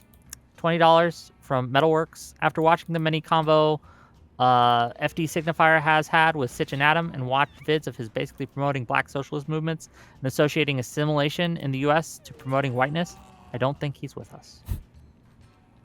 Okay. Yeah, he's ridiculous. $5 from Ovi. Erudite. What is working is exactly what Steven is doing with Adam Kissinger. We need the left to fight against evil. What is he doing with Adam Kissinger? I don't know, but he just owned you. That guy just owned you for sure. Yeah, because he's against me, even though we're Yep. basically aligned. Nope. Even though we're basically aligned. Yeah. Dono called out your name, so you are owned. $5 for me. $5 from Straight Shot to say, liberals cede Israel, tankies cede communal property. What the fuck are you talking about? This is an easy win. So I guess if we liberals give up Israel, then they'll give up communal property? Israel was promised to liberals 3,000 years ago. We're not giving it up. I don't know. $10 from Natirius Stoa. I live in Los Angeles, and none of us normies think Newsom is a genocider. Most of the normies I know like him because he's standing up to Trump. That seems like a bigger factor to me. Yep. I guess this is reference to the enemy Charlie thing that you were saying earlier. Sure. It's just like there just is a lot of like socialist. I don't even want to speak for enemy Charlie because I don't know their exact specific positions. I don't know if they've ever talked about Gavin Newsom. They're just like I don't know. Just in LA, there are just a lot of these types of socialite people that are like socialist, Sampradin socialist types that can easily be moved in one direction or the other based on. Charlie also, I think Gavin Newsom is based, but she's on board. I'm gonna call cap on that tweet because every single person I knew in California fucking hated Gavin Newsom, so I'm calling super mega cap on that tweet. Fair enough. Fair enough. I don't know anyone in California because I was gonna say all the LA people I know hate Gavin Newsom, but maybe I just know a select crew of LA people. Gavin gets a lot of shit for his like homeless policies and his inefficiency, but like and just because he's the current governor, so if there's anything you don't like about California, okay, I'm gonna speed through all of California's bad stuff onto him too. So. Yeah, I'm gonna speed through these so we can get back to the discussion. $5 from Mr. Gene. Middle ground probably is going to move away from genocidal, power-hungry people. That's just as bad as Republicans. $5 from Vishy. 1, I am getting wings for dinner. 2, my line is if that ContraPoint's critiquing power quote applies to a creator, they're out of the coalition. And 3, that one quote destroyed like the leftist movement forever. It's they don't want really power; good. they just want to endlessly critique power, which is usually true. It was a good quote. Yeah. The issue is there's a probably slight going to be a lot of modification leftists of that agree with that we definitely don't want in the coalition. Fair, a lot it's of leftists also like to hate leftists. So it's a slight modification of they say firebomb a Walmart, but then don't. Yeah, well, that was the kill shot tweet to their entire ideology. Okay, $5 from Tauntaun. Dev, I sent you an email about a commission. Please respond. Okay, you guys can do that. Okay, sure. Yeah. $10 from Kid H. Regarding unsophisticated LA leftists, if you're convinced they can be won over, then win them over. Only then consider events with them. Regardless, your time would likely be better spent elsewhere. I could get Charlie on board in 10 seconds, so it's It's just not a zero-sum game. It's like you can obviously just do both things. You can try to bolster liberal voices and invite like LA socialites to liberal events and collab with them. Like, it's just obvious that you could do both of these things. It's just obviously if I'm interfacing with somebody who is further and further left, my collabs with them are going to be increasingly caustic because we disagree about everything. Okay, $10 from Dirty Deeds to say the answer is always very simple. Ask yourself if X creator explains a worldview and you are willing to fight and die to prevent what they want, they are not your friend. $10 from Niman Abedi. When is fuck un-America? When is unfuck America? Fuck un-America. When is unfuck America going to make college chapters to challenge the Kirkjugend and YDSA losers? They already are. I'm pretty sure, right? I don't know. I'm pretty sure they're trying to make college chapters. Yeah, I think These that's people what are far more effective in organizing their groups than anything that left-wing or liberal people do, to be honest. Like, Dev and I probably remember some of the shit. Like, they're far more tighter organized in terms of, like, the groups they do. And it's literally, like, orders that people follow. Well, yeah, you guys used to be part of, like, that kind of, like, scene, if you will. What did they do that liberals don't? From what I remember, From we an had a chat organization group. perspective, yes. We had a chat group, and when something happened, we all basically came together to have our talking points that we would use prepared and ready. Yep. Marching orders, out we go. $10 from Ben There's like Riley. 20 of us in there, I think, at the height of it. I mean, if they get kicked out of the party, they may not vote for Dems. Also, progressivism developed as a critique of liberalism in the 1900s with people like Teddy Roosevelt. And finally, $10 from the Shaggy Horse. Liberals have no motion right now. You guys are so culturally stagnant, stuck in millennial sadness. Culture has left you guys so badly, and instead of trying to improve, you guys lash out. Not cool. Gotta say, Gen Z's culture is just stealing millennial culture and thinking it's theirs. Like, the amount of, like, emo and punk, it's just true. Just look at the major social cultural movements of, like, fad and trends that Gen Z has made. Baggy pants. Okay, I don't know, millennials are more heckin' They love millennial shit. They This is love kinda- millennial You shit. missed a bunch, Wick, because there was one I wanted to answer. Oh, which one did I Damn. miss? There was one that was Hold on, directed is to this Erudite. Hold on. It was directed to Erudite and I. Let me see. Wasn't it the Avi one? There was one Nope. to me and you. It was about. Oh, okay. It's a was different it? one. Do you remember it? It was something about Trump being more corrupt than Trudeau or vice versa. Hold on. I'm yeah, looking. duh. I missed a couple. Yeah. $5 from Ove again to say anyone that likes One Piece and yells "but the genocide" every day to be excluded from the movement. Okay. $5 from Straight Shot. Can any of the panelists name an anti-Zionist that also happens to be a liberal? Tony Judd. I'm kind of an anti-Zionist, I think, wait. but Probably- it I sounds think- like that's like a poison word now. Maybe I don't fully understand Well, what it. does, but- like, I don't like anti-Zionist is a mask word in a lot of ways. But And, Tony Judd was, sorry to correct myself, Tony Judd was more of a social democrat, but he was anti-Zionist, democratic liberal wing, I guess. I mean, you could take the position that nationalism is bad, and in particular the European liberal position that nationality should become a choice, that what nationality you are should be as simple as learning a language. And from that perspective, you can make an anti-Zionist liberal case, definitely. Yeah. Boo Woomer says for $5, are liberals able to assert that people who immigrate to Western countries should assimilate to the culture of said country, language, beliefs, etc.? Yes, I think so. preferable. To some level, yeah, I think so. Yeah, it's just like For what. all what the ones everyone that don't, means their when they say kids inevitably assimilate do. is- What a like a MAGA groiper means when they say assimilate, and what a left liberal means when they say assimilate. It's just like obviously not the same thing. So you're gonna. Yeah, get and into on that, I have language more in issues common with an illegal immigrant who doesn't speak English but came to California than I do with a fucking MAGA groiper in like Tennessee. So like, it depends on what level of assimilation we're looking for. Okay. $5 from Ove. Can we get a collab and get Lauren Peretra and Montemadre? I have faith that Kyla can bring them on our side. I don't know those people. Lauren P is the unfuck girl that I was talking about. okay, before. It's okay. Kind of like LA, kind of yeah. I don't know who Montemadre is. Not sure. Not $5 from Granite Hard. Erudite keeps conflating any interaction with working with a creator on a political project. We interact with leftists by disagreeing with them. That I don't believe I've ever conflated these two things, but good luck to you in watching content. Czavakia for $5. Question to the entire panel. Do we all agree that the critique the far left makes against Gavin is bullshit and should be ignored regarding trans stuff? Yeah. Yeah.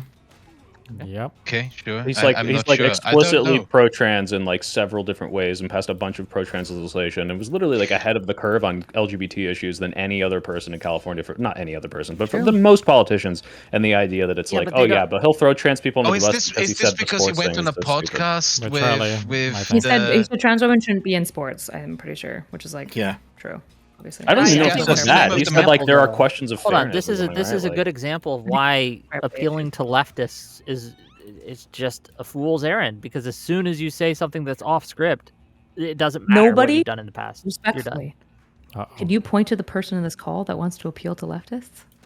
I'm saying it to the audience who, in my chat, there are plenty of people who are disagreeing with me. Okay. Sure.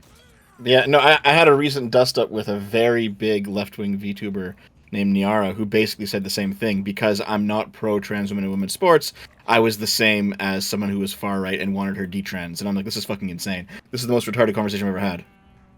It was just like weirdly like privileged. Like it's just like it's either privileged or you're lying. Like you don't actually obviously mean that. Them. If you think about it for like 3 seconds. $5 from Fancy Teeth. Why is this so hard? These people are saboteurs. Why are we helping them? True. $5 from Real Determinatus. Wait, Pilot pause is on that correct. one. Wig, so like, if anyone is asking me like, hey, should we like capitulate to like a Hassan point? Or like, should we prop up Hassan's movement? The answer is obviously fucking no, because I think it's insane and terrible and harmful, and there are saboteurs. The question is, should we let them help us if we think that would benefit us more? Not, are we propping them up? Yes. In what? Correct. This is the question. This is the practical is, question. In Will we what work with them way on our would we things? let them help us? Like I said, if they are willing to come Anyway. and work with us, I think that's a different question than if they get together a political movement and say, we want liberal creators to come out and help us with this. I think those are two separate questions. Does that make sense? Okay. Probably in part depends on what they want help with. Yeah. Like, if what they want help These are with fact-based is like, conditions. yeah, I'd have to see. It's always going to be policy. It's always going to be the question of like, well, what? What are we doing? But Right? again, if you my want me rule to of thumb support your still stands. leftist candidate, no. If you Yeah. want me to support a Democrat against a Republican every single time, yes, of But course. the rule of thumb here still stands for me, is that 9 times out of 10, it's keep going saying to this, go but badly for you. I'm gonna source on that one. Like, What do you mean? It's I don't really because understand that. you being seen working with these people is going to be so cancerous. It's like they have a stench, and that's going to rub off on you, and you have to take that I into feel like account. moderates are so much more like, they're just like less animal-like as an audience. Like I feel like if I spent a lot of time with progressives, but and like leftists, but I'm like sufficiently pushing back more or less on all the things that we disagree on or whatever, I don't think anyone would be like, oh, I mean, I like that Kyla girl, but like she talks to FD signifier. I think as long as it's like, yeah, I mean, I disagree with FD signifier on significant enough things, right? The real question is, do we help them in like political campaigning in areas where they're like robbing and stealing us of our culture? And do we let them take our language? And more importantly, do we take on their language? And the answer obviously has to be no. Liberals should have a backbone and a culture and a community and stand by it and defend one another and protect each other and support each other and blah, blah, blah, blah, blah. I don't think so. I think a lot of moderates are turned off when we work with leftists and things like that. I think that a lot of them will just abandon us if they do that. And that Really? is that I feel like wise they'll of them abandon us if to we do? I don't say- know, but that is I think they'll something I've abandon us if we noticed in say the general gender doesn't election. exist and we should abolish gender. But I don't think they'd abandon us if we. and like- that's capitulating to a leftist narrative. That's not working with a leftist. And to be fair, if you're leaving my movement because I'm working with someone who I don't agree with, who says I'm supporting you, then you don't support my movement. And I'm not should even be sure like about that. Like I've embraced like the pronoun thing entirely on my channel, in my community. Not even. I in your don't see name. liberals. I don't. Well, yeah, I have. Okay, I'm not progressive talking bio- liberal. Okay, But I'm it's talking moderate I've and center right. I've completely adopted that because there are a significant number of what is the word, genderqueer and trans people in my community, and to make them more comfortable, I said, yeah, fine, I'll adopt this for you. I didn't see all the liberals running away. It's Well, I'm not like talking- such again, a I'm not talking- minor fucking thing. that, Moderates like, and liberals are two separate groups to me. Yeah. I think that there's some overlap. Conceding to that obviously. thing, people didn't run away. They're kind of all under the same. Like a liberal could, depending on how you're defining it, could extend all the way to like neocons. Wait, I'm going to be aggro now. Wick. I need to ask Wick. To what degree are you willing to work with people who will drop your entire movement because of some stupid lefty cultural bullshit? Tolly, I'm not. For example, I'm not. Where it's like, oh, you're going to vote for fucking Trump because you got annoyed by the wokes, like. This is also someone where it's like, okay, you clearly don't give a shit about these like movements. You don't give a shit about liberals. Yes, and I don't think I'd invite. I would if Tali invited. Like, I wouldn't work with her on like a political project to collaborate. Like a podcast that you host about politics. But I would have her on my. Wait. I just want to say real quick. Wait. Because Soy Pill you're very good at like you speak very honestly without realizing how honest you're being. Every single time you were challenging my position earlier, you kept saying like somebody that was like slightly critical or somebody like, oh, I guess Hassan does some bad things. Like your words are very like couched. But for here, you actually just restated my position perfectly, in which I could have answered you perfectly. You said, would you work with Tali or whatever? This is that one. Is she that Jew girl who hates fucking trans people? Yes. You said, would you work with her if she wasn't willing to support your candidate? No, that was so easy. But you perfectly, with absolute clarity, stated my position there. It's interesting that you could state it so clearly there with regards to her, but seemed to obfuscate or soften the language when it ever had to do with anybody on the left. That was very interesting to me. Yeah, and if Tali is willing to raise money for my candidate, if Tali is willing to promote a candidate that I support, then I would work with her. That's the point. So the instant Hassan, who's again, clearly indicated he wants to support someone in the general, if we mean is not someone you work with. But if he's willing to, yes. If we mean work with, as in put together like a coalition, right, to kind of like... Yeah, obviously. That's what everyone means, obviously. Yeah. So, Bill, also to your earlier thing, the pronouns in my bio are a joke. It's... I'm not actually shitting on you for it. It's fine. No, like in you know who Viktor Orban is, right? The Prime Minister of Hungary, the right-wing one. So he frequently goes to CPAC in the US, and there he gives speeches in English where he tells you Americans that he saved Hungary from gender pronouns. Hungarian is a gender-neutral language. There are no gender pronouns in Hungarian. That's the joke. There's only the pronouns That's it. Like it's literally a grift. He's saving Hungary from something that doesn't exist. So that's why when you find Hungarian libs and left-wingers on social media, they often put the pronouns in their bio to make fun of that fact, because he would never give that speech in Hungarian because it wouldn't make sense. That's basically that. Here's the one that you wanted to answer. I found it, Mr. Dev. This is from Shuo. Kyla once implied Trudeau was as bad as Trump and equally corrupt. No, I didn't. As Canadians, do you, Dev and Kyla, both believe that? Would they have voted Trudeau over PP? So would I have voted for Trump over Trudeau? Over no PP. Of course not. I mean, PP was the conservative leader, actually. Okay. No, obviously not. Fair enough. The fuck? Well, see, Trudeau's was really fucking corrupt, though. Trudeau was not a great leader. Thank you. Every American that gets so twisted about one joke that I made to an ailing old man, which is I love black people. What's his name? Jesse Lee Peterson. Jesse, yeah. Is so obnoxious because every Canadian will tell you Trudeau is super, super corrupt. A lot of Canadians don't like Trudeau. Typically, I voted NDP actually, so you're welcome. Yeah, there was a lot of. I think it was the last guy I voted for. There were several high-profile scandals in Canada. There was the We Charity scandal, the SNC-Lavalin scandal. SNC was huge. Yes. Oh my God. Fucking mind-blowing, huge. Canadian stuff. That's why when fucking Americans are like, I made one joke where I was like, oh man, it's tough between Trump and Trudeau. It's not actually Trump tough. Obviously, it's still Trudeau. But Trudeau sucks. That's the joke. Welcome to the joke. Yeah. Trudeau sucks and Canadians don't like him. What Trudeau did in the SNC-Lavalin scandal is Trump-like.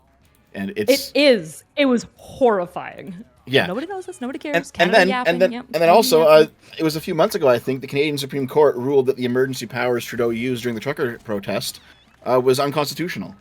Like, Trudeau was a terrible prime minister. Okay. It doesn't mean that liberals in Canada are terrible, but he was just uniquely bad for the Liberal Party. Fair enough. He just had his reputation saved by $2, Trump. $2 for the One Hero HQ to say Wick is right. We should just prefer you to say it. Okay, well, thank you for that. I do appreciate you. $5 from Real Determinatus to say Soy Pill will unironically support the second worst person on a topic by virtue of them not being the number one worst person on a topic. support them. I think that's doing a lot of heavy lifting there for support. $5 from Auto Shara to say soy pill, yes or no? Channeling his interview. Yes. If Oh, wait, the is there a Jews question? became the Okay. minority because all of Israel was taken over, do you think there would be a second Holocaust? Oh, yeah, probably. I mean, they're surrounded by people that want to kill them. Tectonic. Wait, then how can you be $10? anti-Zionist? How does that make sense? Because Zionism is like, well, Jews need a homeland, and it has to be in this specific place that's going to cause constant war and turmoil, and I don't know if I support that. I think that, yeah, there should be a place that Jews call their home, given the fact that they're kicked out of fucking everywhere, and there's anti-Semitism everywhere. But the idea that the only solution to this is to establish in this historical homeland that is never, ever going to be solved, it is constantly going to be having war, fought back and forth, and killing millions and millions of people, I just think is ridiculous. I think this is a stupid religious dogmatic. Wait, where should they go then? Argument. They should just spread out into other countries. I don't think you can just give them a fucking homeland. I think it's just a ridiculous. Wait. So wait, hold on. Diaspora is constantly genocided against, which is why they want this, right? Because give them Manhattan Island, give them Brooklyn. Do a Native American thing. Give them a fucking reservation in America somewhere. I don't know. Like the idea that it has to be in Israel is just ridiculous. A case in point. Okay. How is this a case in point? What? Make him answer. I just want to hear you say you're advocating for the full ethnic cleansing of Jews from Israel, right? Just say yes, yes. You're calling for a worldwide diaspora. No, yes, this can't work anyway. It's already we're already in too deep at this point. Just say it. Just say. By the way, the position that now you've been back to, you have to. It doesn't matter. This is what I mean when I say leftists have a more anti-Semitic position than that would cash out into a more anti-Semitic position than neo-Nazis do. What do you mean you don't? You just said you want them to flee Israel and go to all other places of the planet. No. That's an ethnic cleansing from Israel. Let me clarify. Obviously, this is not available now. They've been established there for 80 years. Okay, now I don't know what the fuck you do. It is not forgetting you. I just and teleport Israel, like lift it up like a big island and drop it next to fucking Manhattan. I would, and that would be ethnic cleansing. But they don't really need to travel into Libya and Egypt and all this shit. But like, no, I don't want to like expel them. I don't think we should kick them off their land. Obviously, there's too established. This is like saying like, yeah, I don't support the genocide and the expelling of Native Americans. But guess what? It's been fucking like 400 years. I don't know how you rectify this at that point. You need to find a way to like, I don't know how to fucking solve Israel-Palestine, but no. Obviously, what I mean is the project of Zionism to establish it in Israel and the way that they did this, I think, was destructive as fuck. I think it's led to all these problems. I think they should have chosen something different at the time. But when you're saying anti-Zionist, as in you don't want them to be the majority in their country anymore, so then what is that? Is that what anti-Zionism is? I'm not saying that they can't be the majority unless. Literally, you just said that Zionism is where you have a Jewish majority in Israel because it's an ethno-protected majority. Yes, so if you're anti-Zionist, if the way that you are establishing this ethnic majority is that you expel minorities and like steal their land and kill people, yeah, then I'm anti that. No, they've already done that. Hold on. Hold on, because nobody ever has to answer this question on the level. They say they're anti-Zionist. I know why, but I'm just curious. Like, so what is the solution then? It's the ethnic cleansing of Jews from Israel. Are you giving me a dichotomy between? First of all, the idea that I can solve Israel-Palestine is ridiculous because I'm fucking retarded. Well, no, you're the one that said you said you were anti-Zionist. No, if you're asking me the dichotomy between what they're doing in the West Bank and Gaza and not doing that, I think there's probably a better thing to do. And just because I don't know exactly what they should do doesn't mean I'm anti-Jew or anti-fucking like. I never said you were anti-Jew. I'm just saying ethnic cleansing. This is why I hate that the whole leftist people have decided to purity test on this one issue because the position is totally untenable. I'm not purity testing on it. No, I'm not saying you are, but all the other people that you listen to or that are on the far left, they purity test on this position. Like when somebody says they're anti-Zionist, I just don't know what that means. What does it actually? What is that? I'm anti-Israel's project of ethnically cleansing Gazans right now. Okay, just your first answer I think was the most accurate one. That's Zionism. Just real quick, hold on. If they stopped in Gaza, stopped in the West Bank, but still kept their ratios for how many ethnic Jews are in the country versus how many other ethnicities are in the country, you'd be okay with that? How do they enforce their ethnic ratios? By only letting in ethnic Jews and expelling, if it goes above a certain amount, the other. And if I say I'm not okay with this, does that mean I'm pro-Israel being ethnically cleansed because there's a hypothetical because by which the thing you have to majority contend of brown you people... can be, it's not bad to be... Not all ethnic cleansing is necessarily bad. I think we should ethnically cleanse Turkish people from West Hollywood, personally. I don't think all ethnic cleansing is necessarily bad, but just like own the position. Okay, wait. To be fair, Like, I know that was a meme, but do you actually, like, when is ethnic cleansing justified? Like Chinese Exclusion Act type stuff, or oh, we can only have this ratio of like this type of people from this country. Is it ever justified? Yeah, probably is. But the thing is, no, it's never shut the fuck up. The reason why it's hard to have this conversation as an American is because we get to take our ethnicity, our national identity for granted because we're never threatened by anybody because we have way too many fucking people. So it's not a question for us. But if we had countries to the north, if Canada had 10 billion people and Mexico had 30 billion people, we would be having questions about what the American ethnicity is and how we need to protect it all the time. But we don't. We just don't have that many immigrants. But I wouldn't support that. I would say, look, if it turns out that we just get a bunch more Canadians and Mexicans and this transforms. Wait, hold on. Wait. Is that true? Wait. Let's say that every single person in Canada, every single person in Mexico was a Nazi, and we lived in the United States of America, and we had 300 million people. Let's say that 500 million Nazis from Canada wanted to immigrate into the United States. You would accept that unquestionably. You wouldn't have a values test. I wouldn't promote an ethnic cleansing. No, I wouldn't. And yeah, I think we have a far different problem if you have an ideology so pervasive that it's going to destroy your entire democracy and coming at like people. Wait, you just made stop talking about. Wait, no. I know you're going to make it black. It's not about that. You're so close. You're so close. Coming into this country, Muslims want to destroy the democracy, so we should ethnically cleanse Muslims. We don't have that many Muslims coming here. It's not a problem for us. There's millions of them. We're 330 million strong. Millions is nothing to us. We're 330 million population. I'm not talking about Germany, but for Israel has 7 million people. Dude, you can't engage with it. This is such a worthless position. You can't even engage critically with the position. We are not. If there were 10 billion Muslims to the north that wanted to destroy democracy in America, and 500 million wanted to immigrate, I think I would have some questions about that. I think most reasonable people would. We don't have to worry about that. There are 7 million Jews in Israel, in a region surrounded by a billion Arab/Muslims. They do have another question about that. A lot of these Arab majority states literally have their ethnic identity protected in their constitution, but they just don't deal with it much because there's not a billion Chinese people trying to immigrate to fucking Pakistan. Too. You can be against that. Wait, no. Okay. You can be against it, but it doesn't matter that you're against it because they're never threatened. It doesn't cash out into anything. They don't ever have to enforce the ethnic majority of fucking Afghanistan or fucking Pakistan or Iran or Iraq. Soy pill. The law prevents rich people and poor people alike from stealing a loaf of bread, right? That law is obviously going to only affect the poor people in a realistic sense. What you have to engage with and what anti-Zionists have to engage with, and they're, I'm not asking you to solve Israel-Palestine, but if these protections for the ethno-state, and it is an ethno-state, of Israel went away, they would be under massive threat. It would. Right, and if you're giving me the trolley problem of either support ethnic cleansing or your country is taken over by neo-Nazis, like, yeah, I guess, but like I don't know how you map this onto reality when there are potentially infinite solutions in between those of making a project that doesn't involve ethnic cleansing that solves this, and going to extreme hypotheticals of, yeah, if there were 10 billion Nazis in Canada and they're all coming in, well, yeah, obviously I don't want Nazis in my fucking country. This would suck. But the idea that like, okay, therefore you support ethnic cleansing, it's like this isn't what we're talking about necessarily. You're saying talking about specific situations that. Okay, go ahead. You're saying support extreme hypotheticals, like Hamas is not an organization that was supported by Hezbollah that lived to the north of Israel, that was supported by Iran, that was basically the largest player in the region, that was tangentially, peripherally supported by the Houthis.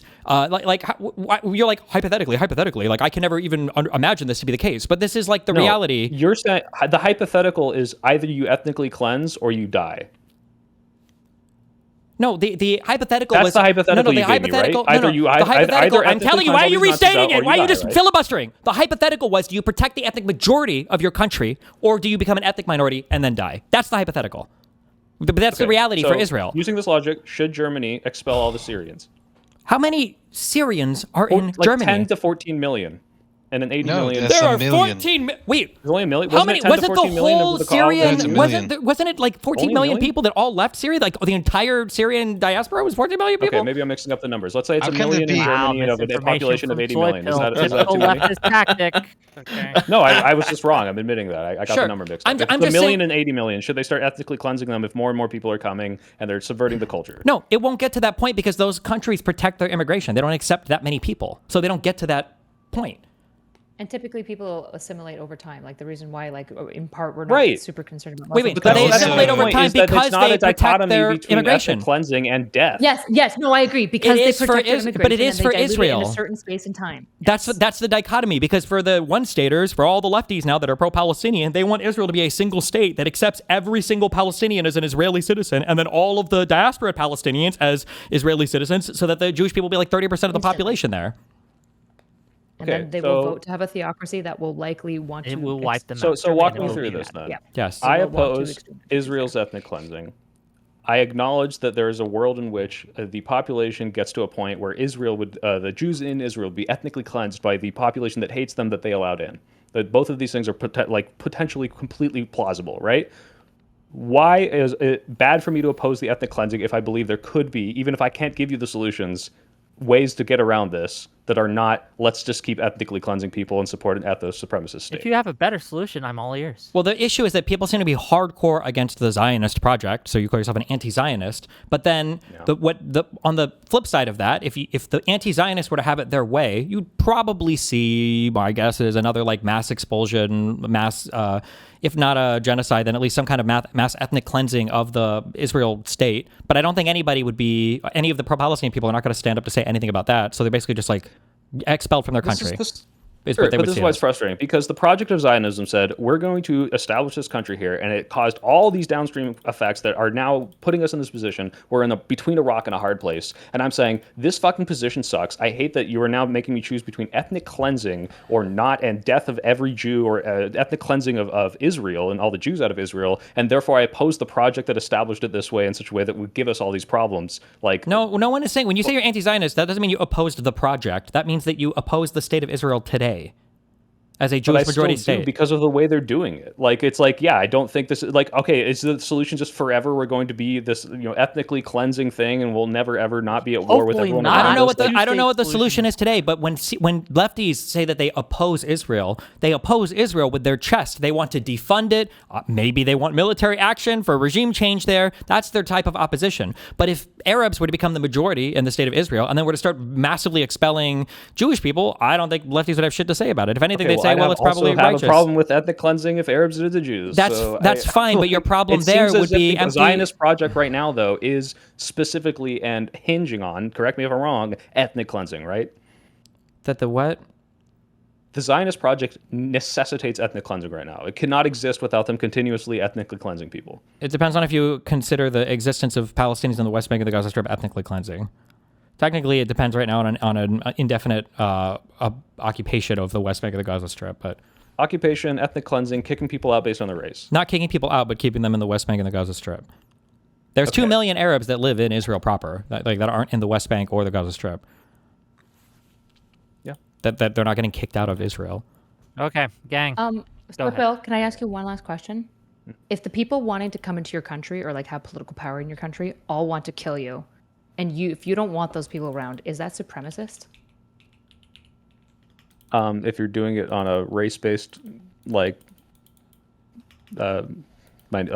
discrimination thing, like, yeah, it's like, yes, but no. If you're just like, hey, well, I don't know. Do we ideologically test people to come in? What if all of the dominant ethnic groups wanting to move in want to kill you, so you don't want any of those dominant ethnic groups? Is that supremacist? In this very specific, this hypothetical, technically yes, because by necessity, your race is the one that doesn't want to kill your race, and your race is better, but not in the same way that it's like, I think white people are superior to black people. Wait, you deciding that your race is better is not them being supremacist. That's kind of you being supremacist, right? No, but yeah, if you think every other race is awful and they all want to kill me, I'm the good one, then it just by necessity is supremacist, right? Dev, what did you want earlier? Oh, he muted himself. I don't even recall anymore, man. Yeah, sorry. Okay, we are gonna wrap this up a little soon because I gotta eat and do. Oh no, I got it now. I got it back. Right. Right. Okay. Crowd, I think you know more about this than me, so just fill me in real quick. Wasn't there a project in the Soviet Union to make like an alternate Israel in the far east of Russia? That was a failure. Project to make them? You mean a place where they were all like shooed off to? That they all left as soon as the Iron Curtain fell? I mean, yeah. Sure. Yeah, probably. No, I recall that they set up the thing. You mean the thing that we talked about a year ago, or so? Because maybe the thing that I did was like anti-Semitism in communist regimes. and most of what I studied was like Czechoslovakia and Poland and East Germany. Right. Yeah, let me get this. What I recall is in the very far east of Russia, they set up like a specific oblast. That was like the early Stalinist period. So it was Stalin's answer to like Israel existing, I guess. But like in most communist regimes, like in East Germany, communists party members who argued that Jews should receive reparations and that Holocaust survivors should be welcomed back, they were put on show trials for Zionism and shot. Okay. Bad. Let me read the last couple super chats and we're gonna end. I love you all.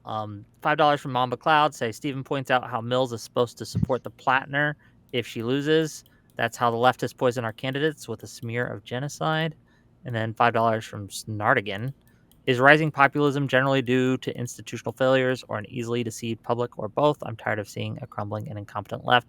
But gang, both. Thank you for being here. I appreciate all of you for coming out. Last words from everyone. We're just going to go around. We're going to let Kraut go first and let Destiny go last. Wait, I'm going first because I love all of you very much. I need to fall asleep. I'm tired. I love you. Okay. Thank you all for chatting. I'm sorry we were all beating up on yourself. I love you too. Okay. Okay. Kraut, go ahead. Fuck me. Okay. I love you guys. It's been fun. Stay safe. Connected.